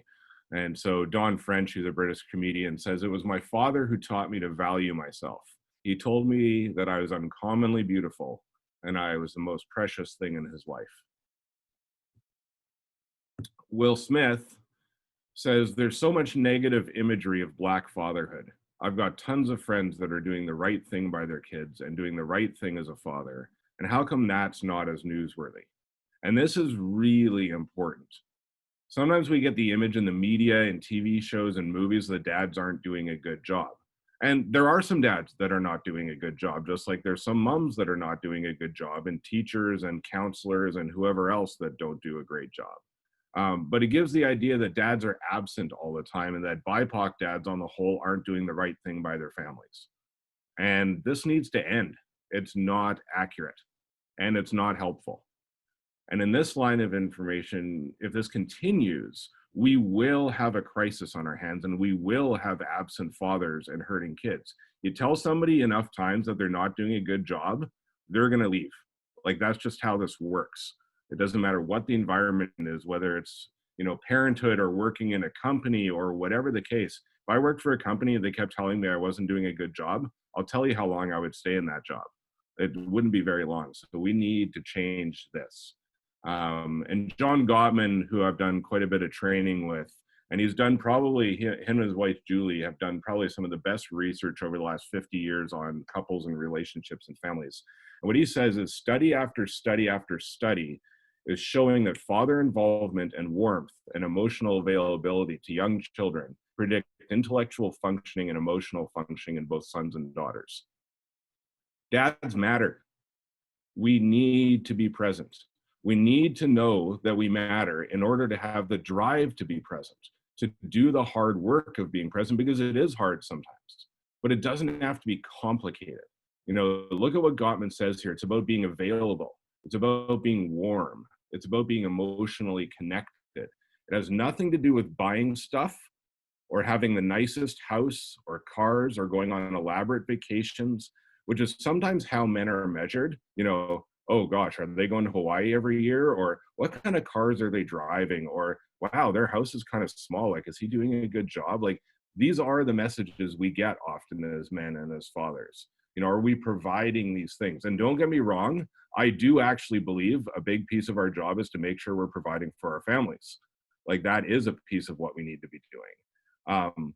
But it's not the only thing, and the issue aren't the things. And in terms of how our kids turn out, who the heck cares whether we have the cars and the vacations and the whatever? It does not matter. And so I want to talk a few of the reasons kids need their dads. And I'm a brain geek, so we're going to talk neurobiology for a little bit. And it comes down to 3 different categories, right? It comes down to the impact of fathers in terms of brain changes, in terms of social and relationship changes, and in terms of behavior change. And so the problem is that we can't do random control trials on humans to deprive them of fathers. Like, it's not ethical, it wouldn't be good, and they won't let us do it, thank goodness. So here's what we know from animal studies, because that's the best we can do sometimes if we're trying to connect cause and effect. And so they did a study with puppies, and they deprived them of their fathers. And the researchers noted the effects on the prefrontal cortex, which is the part right here at the front of your brain. And it's the part of the brain that helps regulate social and cognitive abilities. And they noticed brain changes there. They noticed in controlled studies with mice that the ones raised without fathers had abnormal social interactions and high levels of aggression. Interestingly, the effects were actually stronger for the females versus the males. So these effects were actually stronger in the females, which I got to tell you, in terms of humans, just in my clinical experience, is accurate. It's interesting. Females raised without fathers were more sensitive to amphetamines. And again, I can attest to that clinically with the people that I see. Studies with humans that were raised without a father, so this is actually humans now, show an increased chance of risky and maladaptive behavior. And in particular, girls show an increased risk for substance abuse, which again, I can attest to in my clinical practice. There's no question. And the other piece, and this is the good news, is that the impact of fathers is we actually have the power to rewire the brains of our kids. Like, let that sink in for a second. You don't have to be a neuropsychologist or neuropsychiatrist for this to work. This is just what happens when we're with our kids in the way we need to. So kids struggling with mental health, trauma, and stress need dads. Brains don't just change, right? They need new pathways to be developed, and it's these new pathways that inhibit the older trauma-related stress pathways that cause the problems. And so one of the biggest influences on developing these new pathways is through bold, playful interactions that enhance a human's ability to be bold and to be playful. Like, this is hardwired into our DNA. When I read this research, I just about fell off my chair, because this is what we do as dads. This is what we're designed to do. And sometimes what we hear is, oh, they just roll on the ground together and play and cause me a headache, and oh my gosh, what? Yes, because that's what we're designed to do in our DNA. And that is what actually helps our kids' brains rewire from the old trauma and stress related pathways to the new healthy ones that inhibit those old ones and help our kids thrive. And so dads are doing what our biology was designed to do, play to enhance neurodevelopmental growth of new resilient pathways in the brain. And so I want to throw some statistics at you, because again, this counters some of what we see in the media. They did a big research study in 2012, and what it showed is that overall, 86% of fathers are present at the birth of their child. Now, let me tell you something. That actually is a more significant statistic, because for a variety of reasons, dads aren't always allowed to be at the birth of the child, including, like, sometimes births are traumatizing and catastrophic and medically complicated, and nobody's allowed in the room other than the doctors and the woman. So this statistic actually is higher. The 86% doesn't mean that 14% of dads just didn't want to show up. Okay, so let that sink in. This is really important. And fathers who are engaged during the pregnancy and delivery are more likely to remain engaged with the family over the course of the child's life. And the mother's satisfaction with pregnancy and birth is linked to how well their partner was treated by the midwife. So midwife, doctor, nurse, insert your profession there. This was a study on midwives. So what this suggests is that how the men are treated in the hospital influences how well the mom does post-birth and into life. Like, this is how important this is. So we have to engage dads before birth. This can't be after the fact. So often men are pushed aside, not brought into the process as much as they could be. And we need to change that, because what we see is in sitcoms is we are the bumbling idiot. You know, the wife is the voice of reason. She's hot. She's a great mom. She's the heart of the family, sharp as a tack, firecracker, which, let me be clear, that doesn't also mean that the wife isn't all those things. She absolutely can be all those things. And hallelujah, she's all those things. It's great, but we're not just a bunch of bumbling idiots. Because here's the thing. Research shows that fathers are biologically designed for attunement to their kids. Dads who sleep on the same sleeping surface experience a drop in testosterone that may in fact actually make them more responsive to the needs of the kid and help them focus on the tasks and demands of fatherhood. Our biology changes when we hang out with our kids. And what it means is, in this case, our testosterone goes down, but that's okay. It doesn't mean we're not a man anymore. It doesn't mean we're not virile and muscular and all those things that we're supposed to be. It means our body responds to our kids so that we can be who our kids need us to be. And so the take home on this slide is it's quality of parenting skills, not amount of time. So I don't know who's on this call right now, but if you are a dad and you've gone through a divorce or in the middle of a separation and you're stressing out about not being able to spend enough time with your kids, I know that's hard. And I'm not saying don't fight for time with your kids. You absolutely should fight for time with your kids. However, what the research says is that it's the quality of the parenting and the quality of the time you have with your kids that matters. And the kids are far better off spending 20% the amount of time with good quality parenting and connection with you than 100% of the time with poor quality parenting and connection, because 100% of the time with that actually makes them worse, right?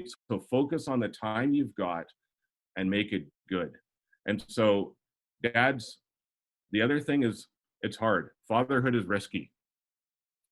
The stats are actually that men are more depressed when they live inside the house with their family. That's the weird stat. And so what that means is that we need to take care of ourselves. We need to go see the counselors. We need to do the exercise. We need to do all these things, because if we don't, we aren't going to connect with our kids in the way they need. But being a dad is risky. It's not safe. And so anything worth doing involves risk.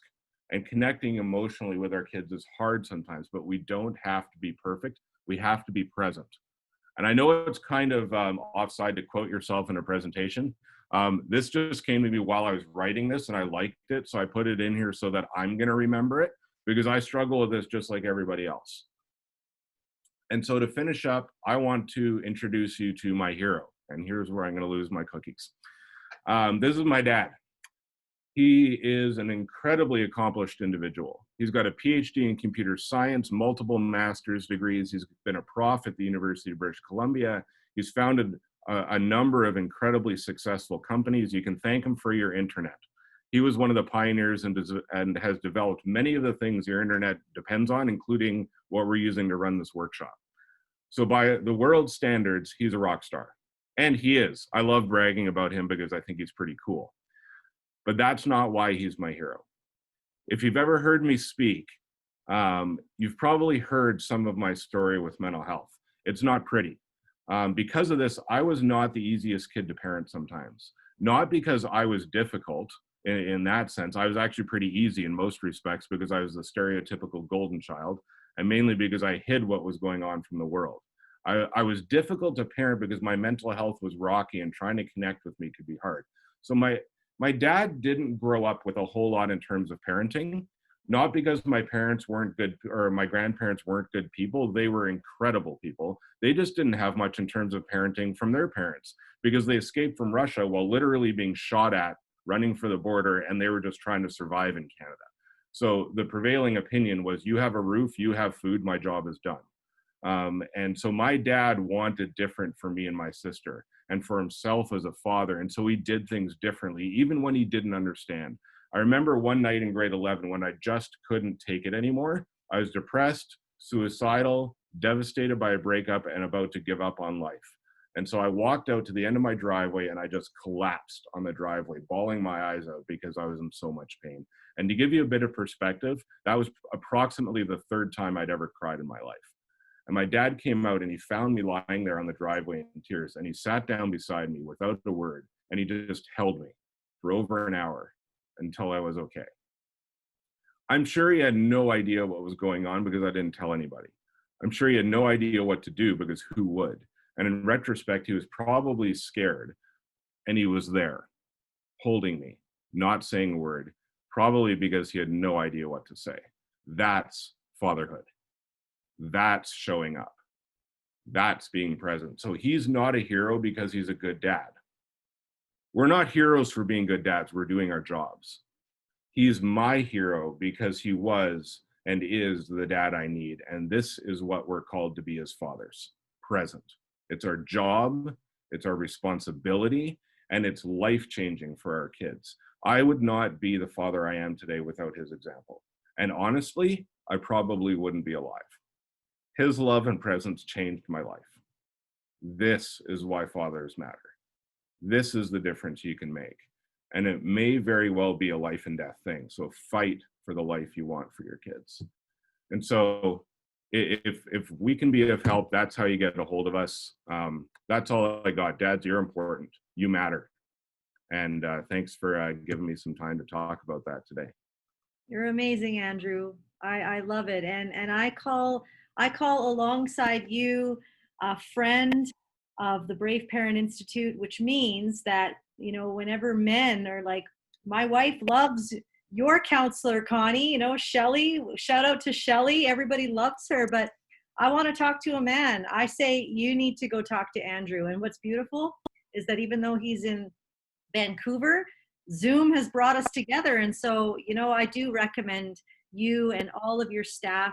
Andrew, you guys are amazing. I love what you've brought up today. It was absolutely incredible. Jeff Wong, connect with Andrew because he is in your side of the world. And if anyone else is in the Lower Mainland. Yeah. Well, thanks, guys. And I care so much because my daughter here struggles with a lot of anxiety. So as much as I would love to hang out here longer with you guys, I actually have to now take her to go see her counselor. So we're doing the practice what we preach here. And so I would love to hang out more, but we're going to have to ditch. So thanks, everybody. I really appreciate your time. Yeah. Good to see you, Andrew. Bye-bye. And I will put Andrew's website in the chat in just a moment. I want to introduce you to our next speaker. I love this man, Paul Day. Dr. Paul Day is a psychotherapist, an educator. He is also a leadership consultant, and he is a dad. And he's someone very near to my husband's and my heart. Whenever there's something going on in our house, you know, Paul is one of those people that we call to. He is amazing. He has so much wisdom. He's like a sage. And so I can't wait for you to hear what he has to say. So Paul, thanks for being here today. Yeah, thank you, Connie. And thank you so much to those who have gone and laid the foundation today in your presentations. I'm always a little anxious, to be honest with you, when I get invited to speak somewhere and I'm way down in the list, because you know that the speakers before you likely are going to cover stuff that you want to share and do it so well, and maybe even do it better than I could. And I'm honored to be part of this group today that is sharing. I want to offer our listeners maybe a little bit of a different window into this whole discussion around fatherhood. And I want to ask really about what does it mean to be a father today? And in terms of what's the core metaphor. See, every idea that we have has a core metaphor that gives it a focus. So for example, what does it mean to be Canadian? We may say, well, to be polite. So the core metaphor would be polite. The idea is to be Canadian. And if we look at fatherhood, if we go back to pre-1830s, fatherhood, the core metaphor was a stern patriarch. From the 1830s to 1900, it was the distant breadwinner. It was the provider. From 1900s into the 1970s, fatherhood was primarily about the disciplinarian, like wait till your father gets home. How many heard that, right? Or the weekend dad, where you play baseball. Like fatherhood got reduced to throwing a ball back and forth with our kids. And what shifted in the 1970s and further was that we had a shift, a dramatic shift socially. There began to become changes in family law and family structure. We got the divorce law came into effect in the late 60s. We had a rise in single parenthood. We had a rise in blended families. The 1970s introduced this openness to non-traditional parenting roles. And with it, a whole new vocabulary for being father. The idea of father got, we imported core metaphors like stepdad, adoptive dad, stay-at-home dad, part-time dad, absent father, deadbeat dad. We got all these metaphors that started to describe fathers.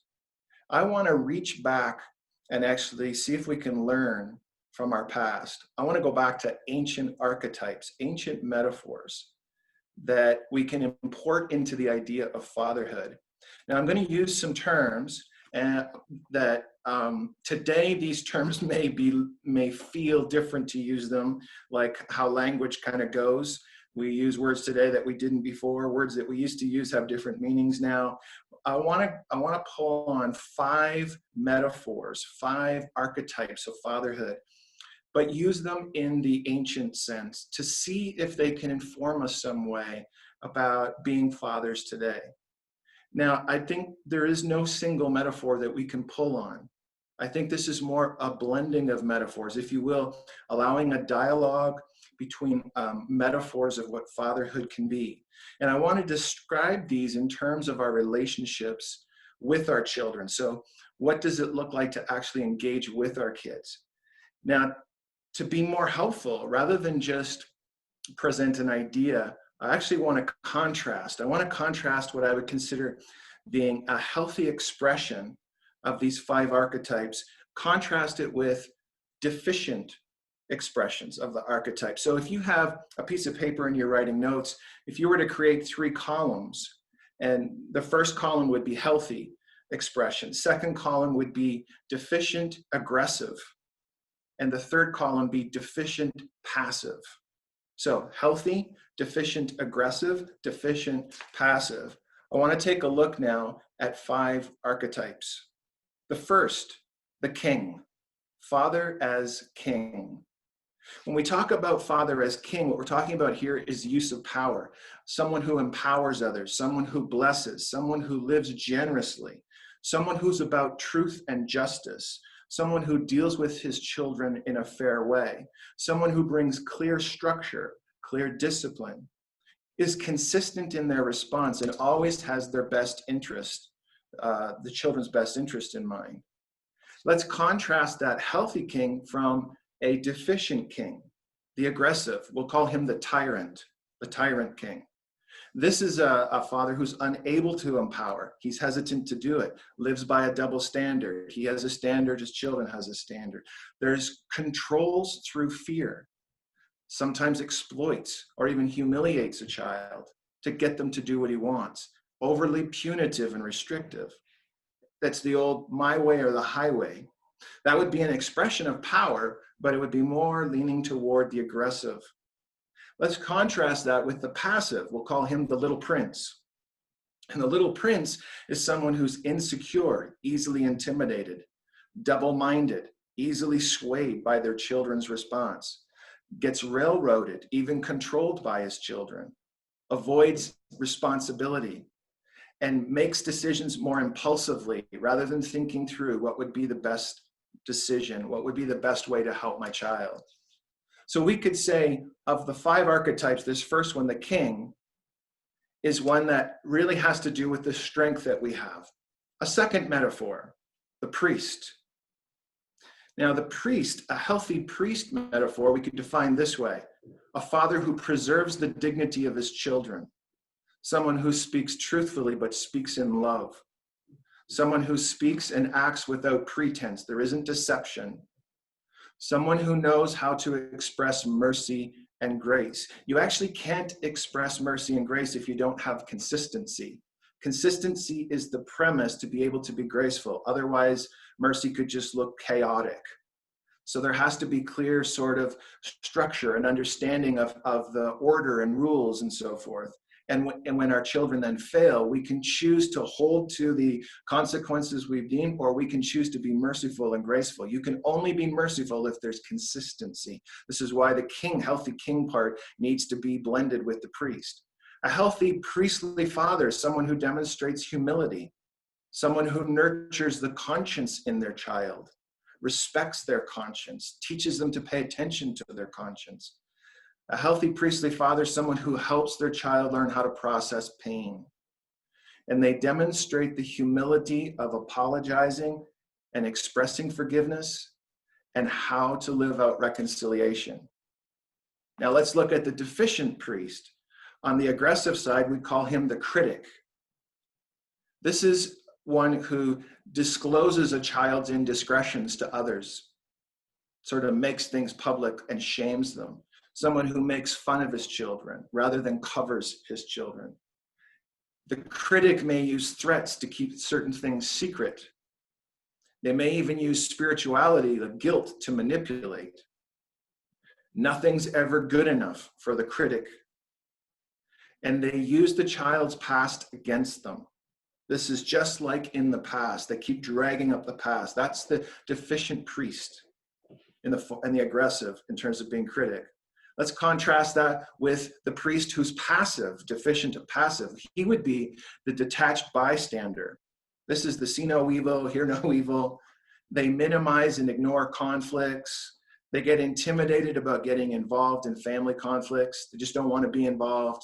Take that to your mother. They get detached from the pain of their children. They're just not able to be present with them. And they're passive spiritually. They're unfocused in terms of their spirituality.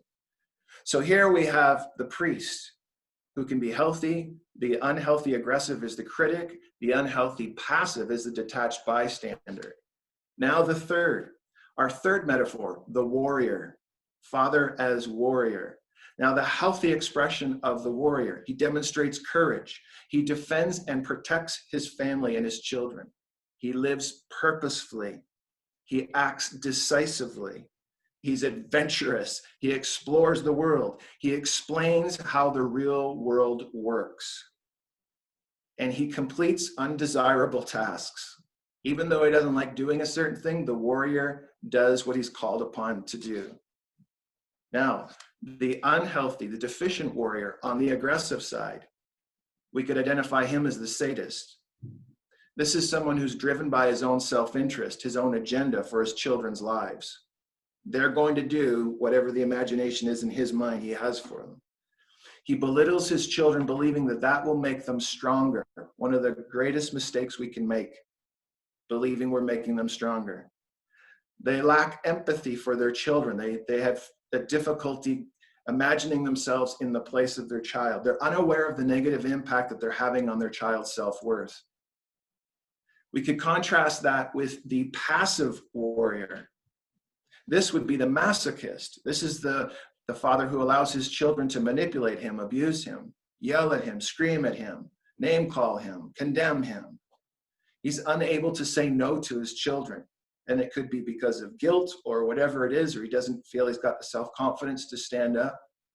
He lets self-sacrifice occur to the extent where he fails to take care of himself. And even self-abusive by punishing himself to the point of past exhaustion out of guilt all the way to physical illness. So this would be examples of the deficient warrior. Then the fourth, the sage. So we've had father as king, father as priest, father as warrior, now father as sage. The sage father is someone who's a student of life and a student of his children. One of the greatest gifts you can give your children, study your children, know their personality, know their likes, know their dislikes, know what they value, know what's important to them, study them, be a student of them.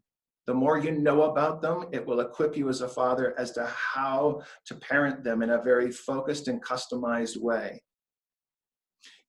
The sage father calibrates his life to his values. There isn't a disconnect. between the things we value and how I live. Those things calibrate and line up.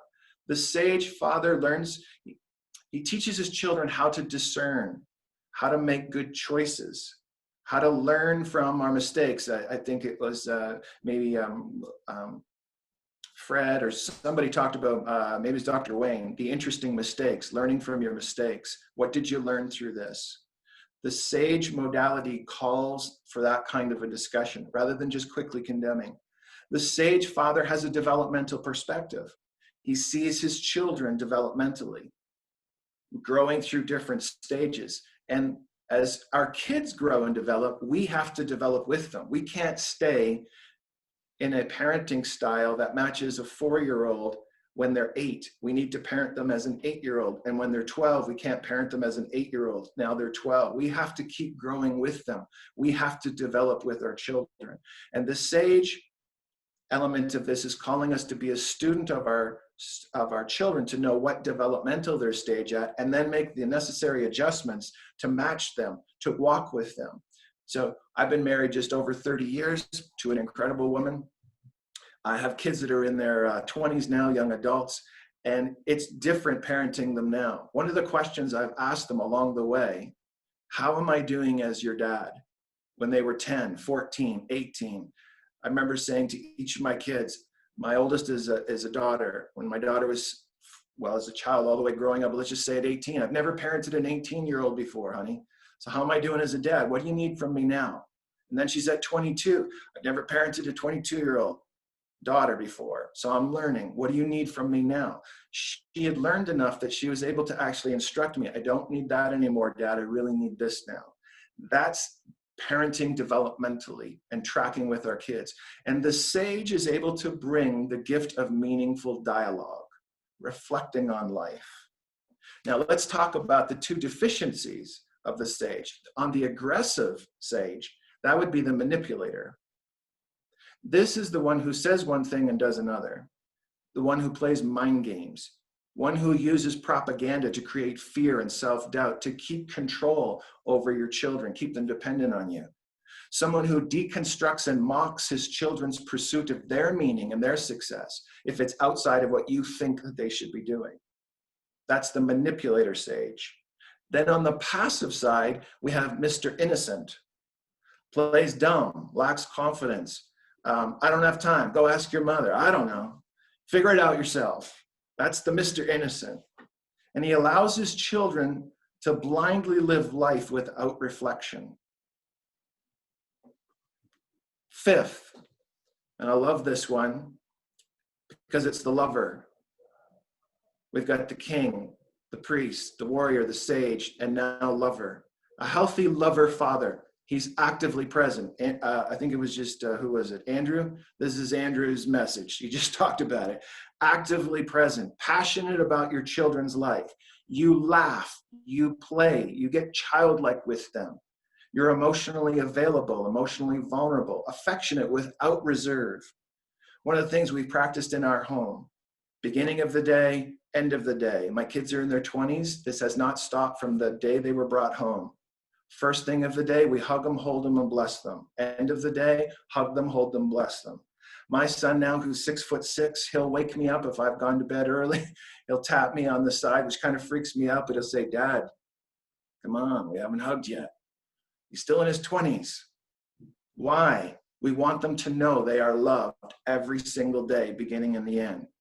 Put rituals into your lifestyle. Don't wait for moments. Create it in the lifestyle of how you parent, loving your children and knowing that they are loved. The healthy lover father is empathetic. He creates and he celebrates the children. He champions them, makes a big deal about their successes, teaches them healthy self-care, and teaches them inclusive love. Not only within them and the family, but generally to be inclusive, how they relate to the outside world. Now let's talk about the deficient lover father. On the aggressive side, that's the hedonist. So he assesses life in terms of his own emotional welfare. If this works for me, then it'll work for everybody else. Requires the children to take care of his emotional needs. If he's upset, it's like, children, be quiet. They have to respond and settle him. He loves only in return. If the children make a gesture, he'll make a gesture. Easily distracted from nurturing his children through his own self-interest or pleasures, and uses his children for his own enjoyment. Let's talk about the passive lover. This is the impotent lover. Someone who lacks enthusiasm or passion for his children, but just sort of flat. Someone who relates to his children only out of duty, not apart from duty. Sorry about that. Difficulty being vulnerable or affectionate. Is emotionally alienated from his children, uninterested in participating in their lives. So you can imagine that if that's how the fathering response comes across, what might be the impact on a child. But I want to suggest to you of these 5 archetypes. King has to do with identity and responsibility. The priest has to do with integrity and wholeness. The warrior has to do with courage and purpose. The sage has to do with focus and discipline and discernment. And the lover has to do with care and intimacy. One of my mentors said this: all men are destined to be fathers, not get a woman pregnant. All men have a need to be a source of life to others and to give without return. Otherwise, they live an unfulfilled existence. Being a father brings out the very best in men. And I'm going to pause there. I realize that probably might have fallen into the fire hose category. But I hope what that does is give you a paradigm to maybe evaluate how you're doing as a dad. Maybe identify some places where there's a bit of conviction. Wow, I need to step in a way I haven't before. But I hope that inspires you. Wow, Dr. Paul. That was rich, though. It might have been a fire hose, but it was a really good one. And you know what? I really appreciate your approach with this, Dr. Paul, because you're just stating what it is. And what I sensed while you were talking was we don't judge these things. We just notice. We take an inventory of where are some of my weak spots. And I think sometimes the temptation is to look at maybe something you said. Someone's like, oh, that was me. I had a couple of those moments, by the way, as a woman. I don't know if this can apply sometimes to women, but I took it, and instead of judging it and going and, oh, I'm going to ignore that and push it down, facing it with bravery. Mm-hmm. And that's what I heard from you. Permission granted to face these things with bravery and not to worry about the fact that maybe there's lacks or there's certain things that we need to focus on. But that's a good thing, because then it becomes an opportunity. Mm-hmm. Well, I think one of the things as a father that is an act of humility is to determine to rise up and become more than who you are. A month from now, a year from now, my hope is that I haven't had my best fathering days, that they're still ahead. I'm still growing, still learning, that my children have someone that they actually identify as someone who's growing and learning. No, Dad's working at this because he's taking this seriously. So yeah, I simply offered these comments as a way to be able to clarify where it is that I can grow. And I call you as fathers. We've got this is probably our highest calling, men. It's important we do work well, but this is the thing that actually our Creator has called us to do really well, is to father. So I thank you for the opportunity to be part of this dialogue. Oh, you're so welcome. I'm so glad that you were here. Yeah. Oh, well, I'm excited for our last public speaker. I met this, David, I want to call you a young man, but you're not a young man, but you're a young man on the panel who is extremely, I can't even tell you how impressed I am with this guy. I met him in the summer over a Zoom call because he works in Vancouver. He's a registered social worker, and he advocates for boys at risk, and he is a dad himself. And I just have to say, David, I am so impressed with you, because I think we had maybe a 20-minute conversation. And in that 20-minute conversation, I thought to myself, now here's a young man who has wisdom beyond his years. And the things that he holds in his heart and in his study and in his evidence-based work for dads and for boys, I mean, it just needs to get out there. And so I'm so happy to have you here, David. I think that people are just going to be blown away. And so welcome. Thanks, Connie. I really appreciate that introduction. And I feel, yeah, I feel humbled to be on this panel with these other people who, yeah, have so much experience and so much.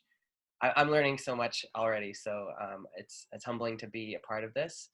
So a little bit about myself. Like Connie said, I'm a dad, and so I didn't have a PowerPoint, but after seeing I think it was Andrew show a picture of his family, I wanted to show a picture of my son because I'm really proud of him as well. So let me share my screen for a second here. Okay. So this is Eli, and we just did a little photo shoot, and he's 2, and yeah, developmentally it is so different. I mean, it was so different parenting him as a 6-month-old and as an 18-month-old, and so I really appreciate those comments about different stages and different challenges, because it's very, very true. And it is hard too as well. I appreciate the comments about I didn't know about the depression rates, but I did know that male postpartum depression is a thing. But I'm like, yeah, it's hard, it's isolating, it's hard to stay in touch with friends and social community. So I've really appreciated everyone's comments so far. So what I'm going to talk about and share about a bit is how dads can create rites of passage for their sons. So I'm really passionate about helping boys and young men. So I know this is about fathers, but specifically, the reason that I'm passionate about this is because when I started working as a counselor, I just saw how talk therapy is not the greatest. It wasn't as effective for boys, it seemed, as for girls. And so I started reading, and I just started to realize about how there is this boy crisis going on. There is these high rates of suicide. And I started to see, how come I didn't notice before? Most of the homeless people I see are men.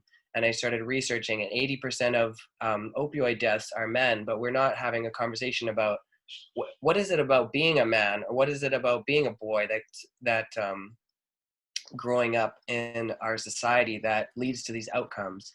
And so that's how I became passionate about this, and that's how I got into it.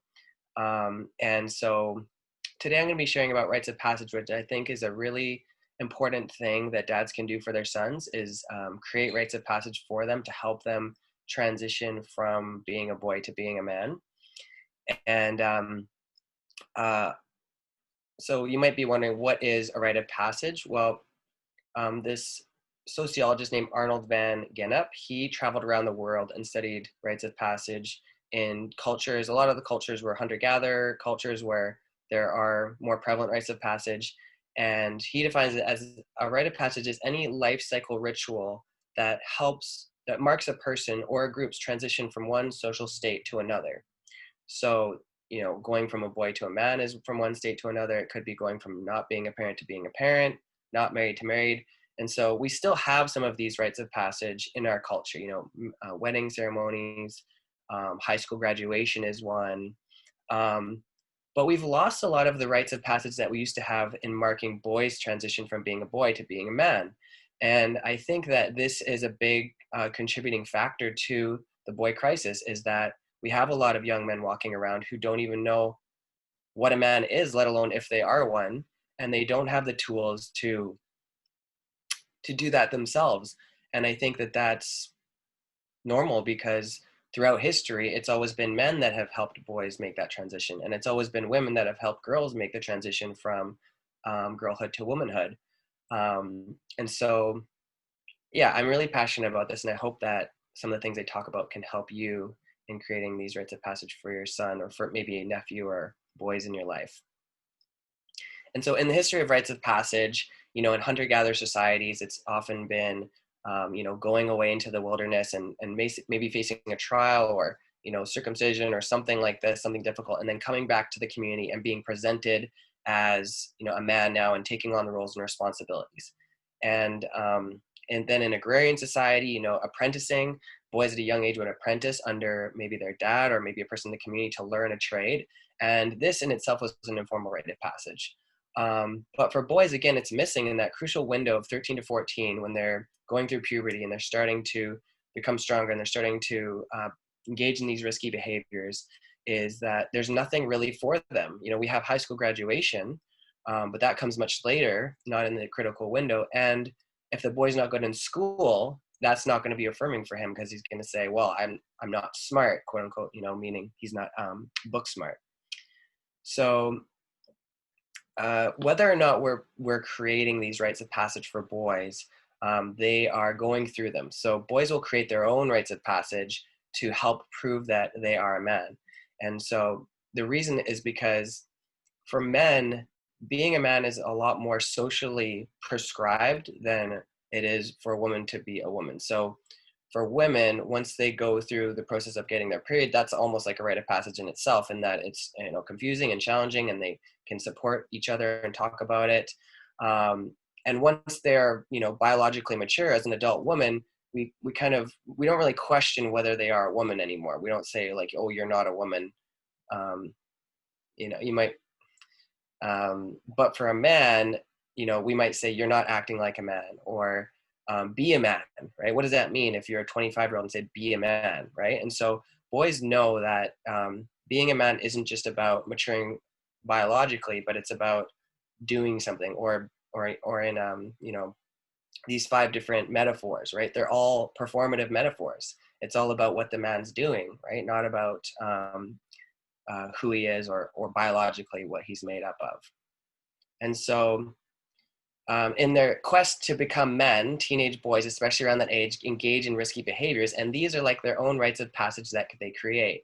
And sometimes they can get them into trouble, and sometimes they can get them into a whole host of things. And I did these things as well. There's this African proverb that says that if we don't initiate our sons, they will burn down the village just to feel the heat. And so there's a sense that it's not that we need to create rites of passage, it's that they are being done by boys. They are creating them themselves, and they are acting them out in their circles and in our communities. Okay, so I wrote a blog post on this, and so in case you're wanting to have the information, I'll just post it in the chat so that you can access it later. It's basically, I did it to kind of help summarize my thoughts, but also that in case you wanted to look back and stuff like that. But a lot of the stuff that I got from this talk, I got from the book called The Purpose of Boys by Michael Gurian. And he's a therapist and educator in the States who has written extensively on the boy crisis and on what boys need. And so I'm kind of doing a little bit of a condensing of, he created a rites of passage for boys, a program that's a year long and quite in depth, but I kind of condensed down some of the elements that he talks about into 5 things that I think are parts of a rite of passage.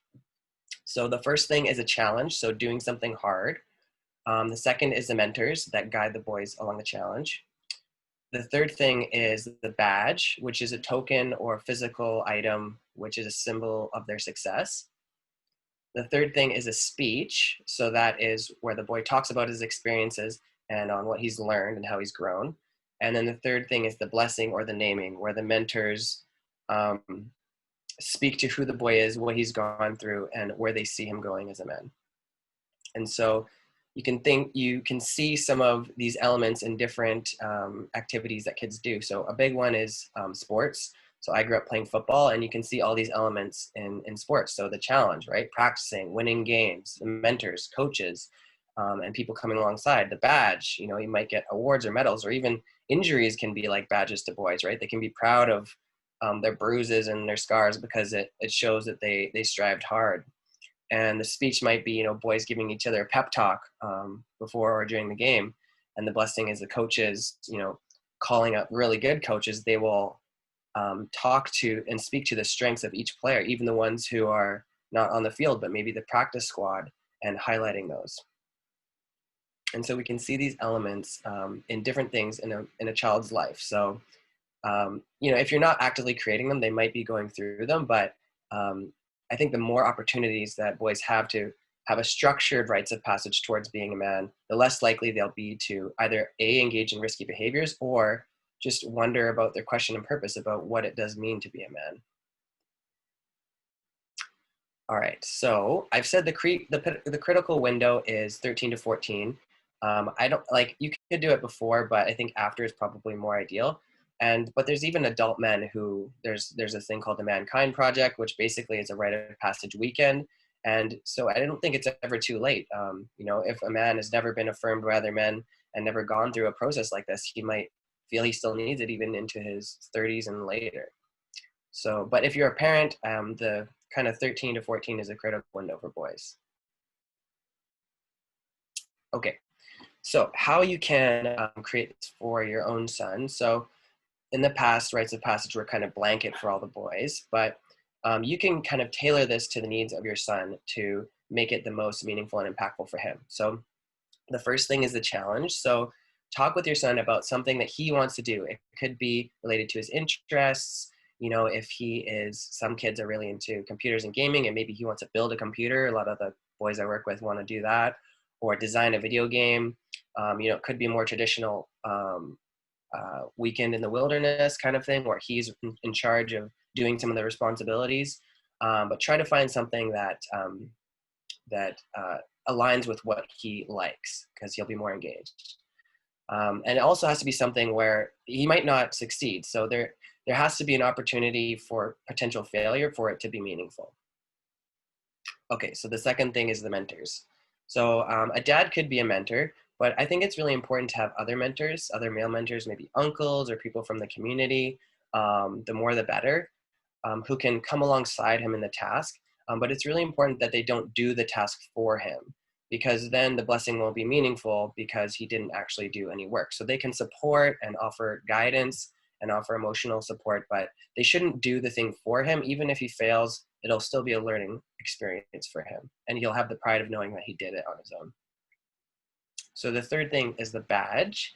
So, you can prepare some physical token or thing to give the boy after the task has been completed. And if this is something that has meaning or significance to the family or to men in the family, it can be even more powerful. If it may be something that his dad or passed down from a grandfather, or if it has meaning, then that connects the boy in his mind to past generations of men, and is really something that he can physically hold and even maybe wear, that reminds him of this experience and what it meant to him. And then fourthly, we have the speech. So after the boy has done the task, arrange an evening where maybe there's people, the mentors, other people in the boy's life, to have dinner, and where he can talk about what he went through. And give him a couple weeks to prepare his words and speak about the experience, what it meant to him, what the mentors meant to him, what he learned about himself, and also who he wants to become. And then finally, the blessing and the naming.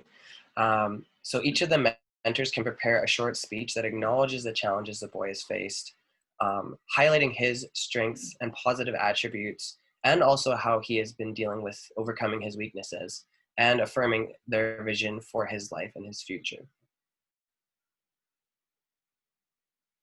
Okay, so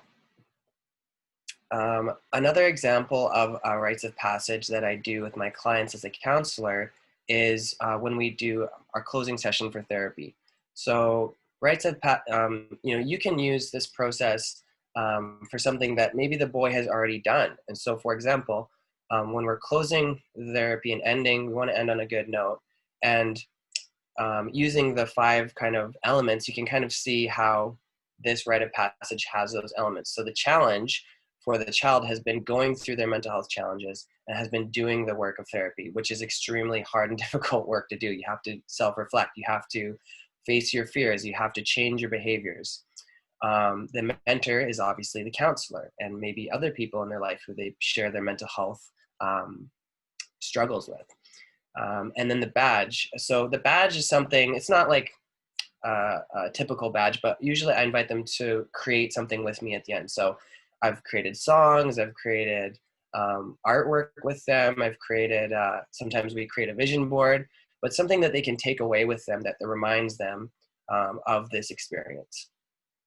And then the speech. So at some point I usually ask them, what are the things that you've learned through counseling? What have you learned about yourself? What are the skills you've learned? And what do you see for yourself going forward? And then finally, for the blessing, I typically write a closing letter where I outline where they were at the beginning of counseling, which is usually a very dark place. I talk about the struggles that they faced, how they overcome them, how they went through them. And then I talk about where they are now, and I acknowledge, they might not be 100% where they want to be, but that I acknowledge that they have the strength and they have the skills to go forward beyond the relationship. Because a lot of times they worry, well, if I don't have counseling or don't have something, what if this happens or what if that? So I affirm their strength and their competence to do that. And so I guess I just say this to encourage you to think outside the box with rites of passage. It doesn't have to be like so cut and dried. If your kid's going through something, or if they've gone through something, you can use that as a way of marking the transition. Because remember, rites of passage is just marking a transition from one social state to another. So if they've gone from being a boy to a man, or they've gone from doing counseling to now they're not doing counseling, or if they've gone from going through depression to now they're coming out the other side, or maybe they're learning things, you can mark that. And I think that's the part that is really powerful about it, is that it's they feel really seen, and they feel a new sense of, oh, this is who I am, this is what I've done, and this is the people around me that have witnessed it. So I want to show you another example or a little video. So Boys to Men is this network in the States and Canada where they have these circles, male mentors talking to boys, helping them talk about their experiences, be real, be honest, and take accountability and work on it. And they have these adventure weekends, which are kind of like rites of passage weekends. And I've never been on one, but I've been talking with some people from the organization, and they say they're really powerful. And I wanted to just share a video of a boy who went to one of these weekends so that you can see like how meaningful it was for him. So I'm just going to share my screen again. And okay. Boys to Men, I was probably headed to prison or dead. I mean, with all the drugs and gangs, I was probably going to be dead or prison. Tell me about the Boys to Men weekend. Honestly, I didn't even know what's going to happen. I didn't really think it was going to work because, honestly, but before, I tried things and nothing really worked. So I thought the weekend wasn't going to work at first. Growing up, it's like I didn't really feel that much love. And it's like I learned how that I don't need other people's love. I got my own love. I learned how to love myself. You know what I mean? Straight up. I don't know. It's just something magical happened there. Like it's like finding the other side of the rainbow. That's how it felt. It just felt real good. And, felt real good. And I know crying, man. And I felt weird. Tell me about the mentors in Boys to Men. And I feel like all of them, they're my family. Like they're like part of me. I'm probably headed, I don't know, just let's see a bright future. Before Boys to Men, I didn't care about nothing. But after Boys to Men, during Boys to Men, I learned how to care again. So yeah, I just thought his little video there is really powerful about what it meant to him. And so I want to share another short story. I know I've got like a minute left about my own personal experience with rites of passage. So when I was 13 or so, I was starting to get into some bad stuff, smoking, weed, drinking. And, I was a good boy. I still went to church on Sunday, and I still, passed all my courses and everything. But I was living a double life, and I knew it, but I wasn't really motivated to make the changes I need to make. And so my father invited me to a men's conference, and my dad and I weren't super close. He had struggling with his own mental health stuff, and he wasn't really emotionally available, but I decided to go, and my brother, who was 19 at the time, went as well. And there was a lot of speakers. They talked about various topics. I don't really remember much, honestly, of the content, but at the end of the weekend, there was an opportunity for fathers to do a blessing of their sons. And, I don't even remember what my dad said, but I do remember the look in his eyes, and I remember the feelings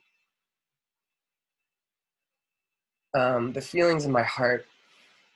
And And after that, I decided to make some of those changes. I ended up, switching schools so I could get away from that group of friends that was having negative influences on me. So I want to encourage you along the lines of what other people have been saying. It's not about specifically what you do if you try to do something like this with your kid.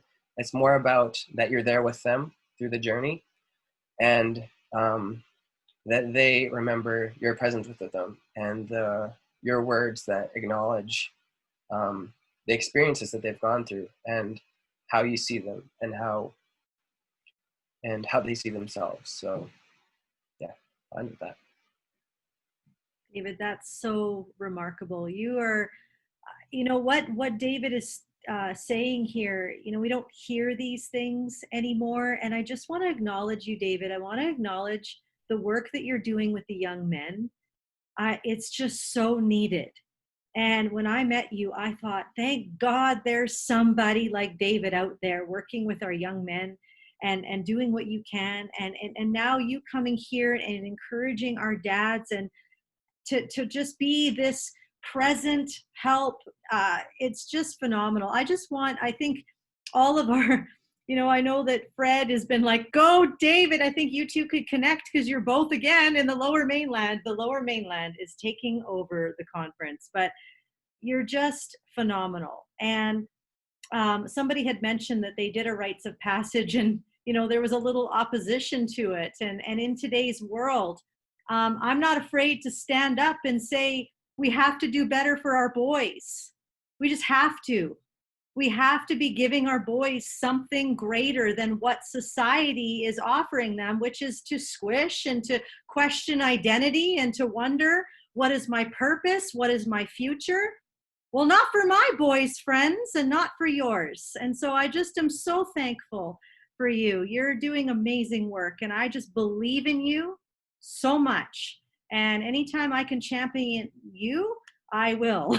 So Thanks, Connie. And I just want to make one last comment that, with the Mankind Project and Rites of Passage, sometimes, people can feel uncomfortable because it's like, oh, they're around a bonfire and it's all weird, or, what are they doing? But I think that we need to get over our fear of, when we let people unleash some of the things. Yeah, it might be messy, but the alternative is just having no pathway, right?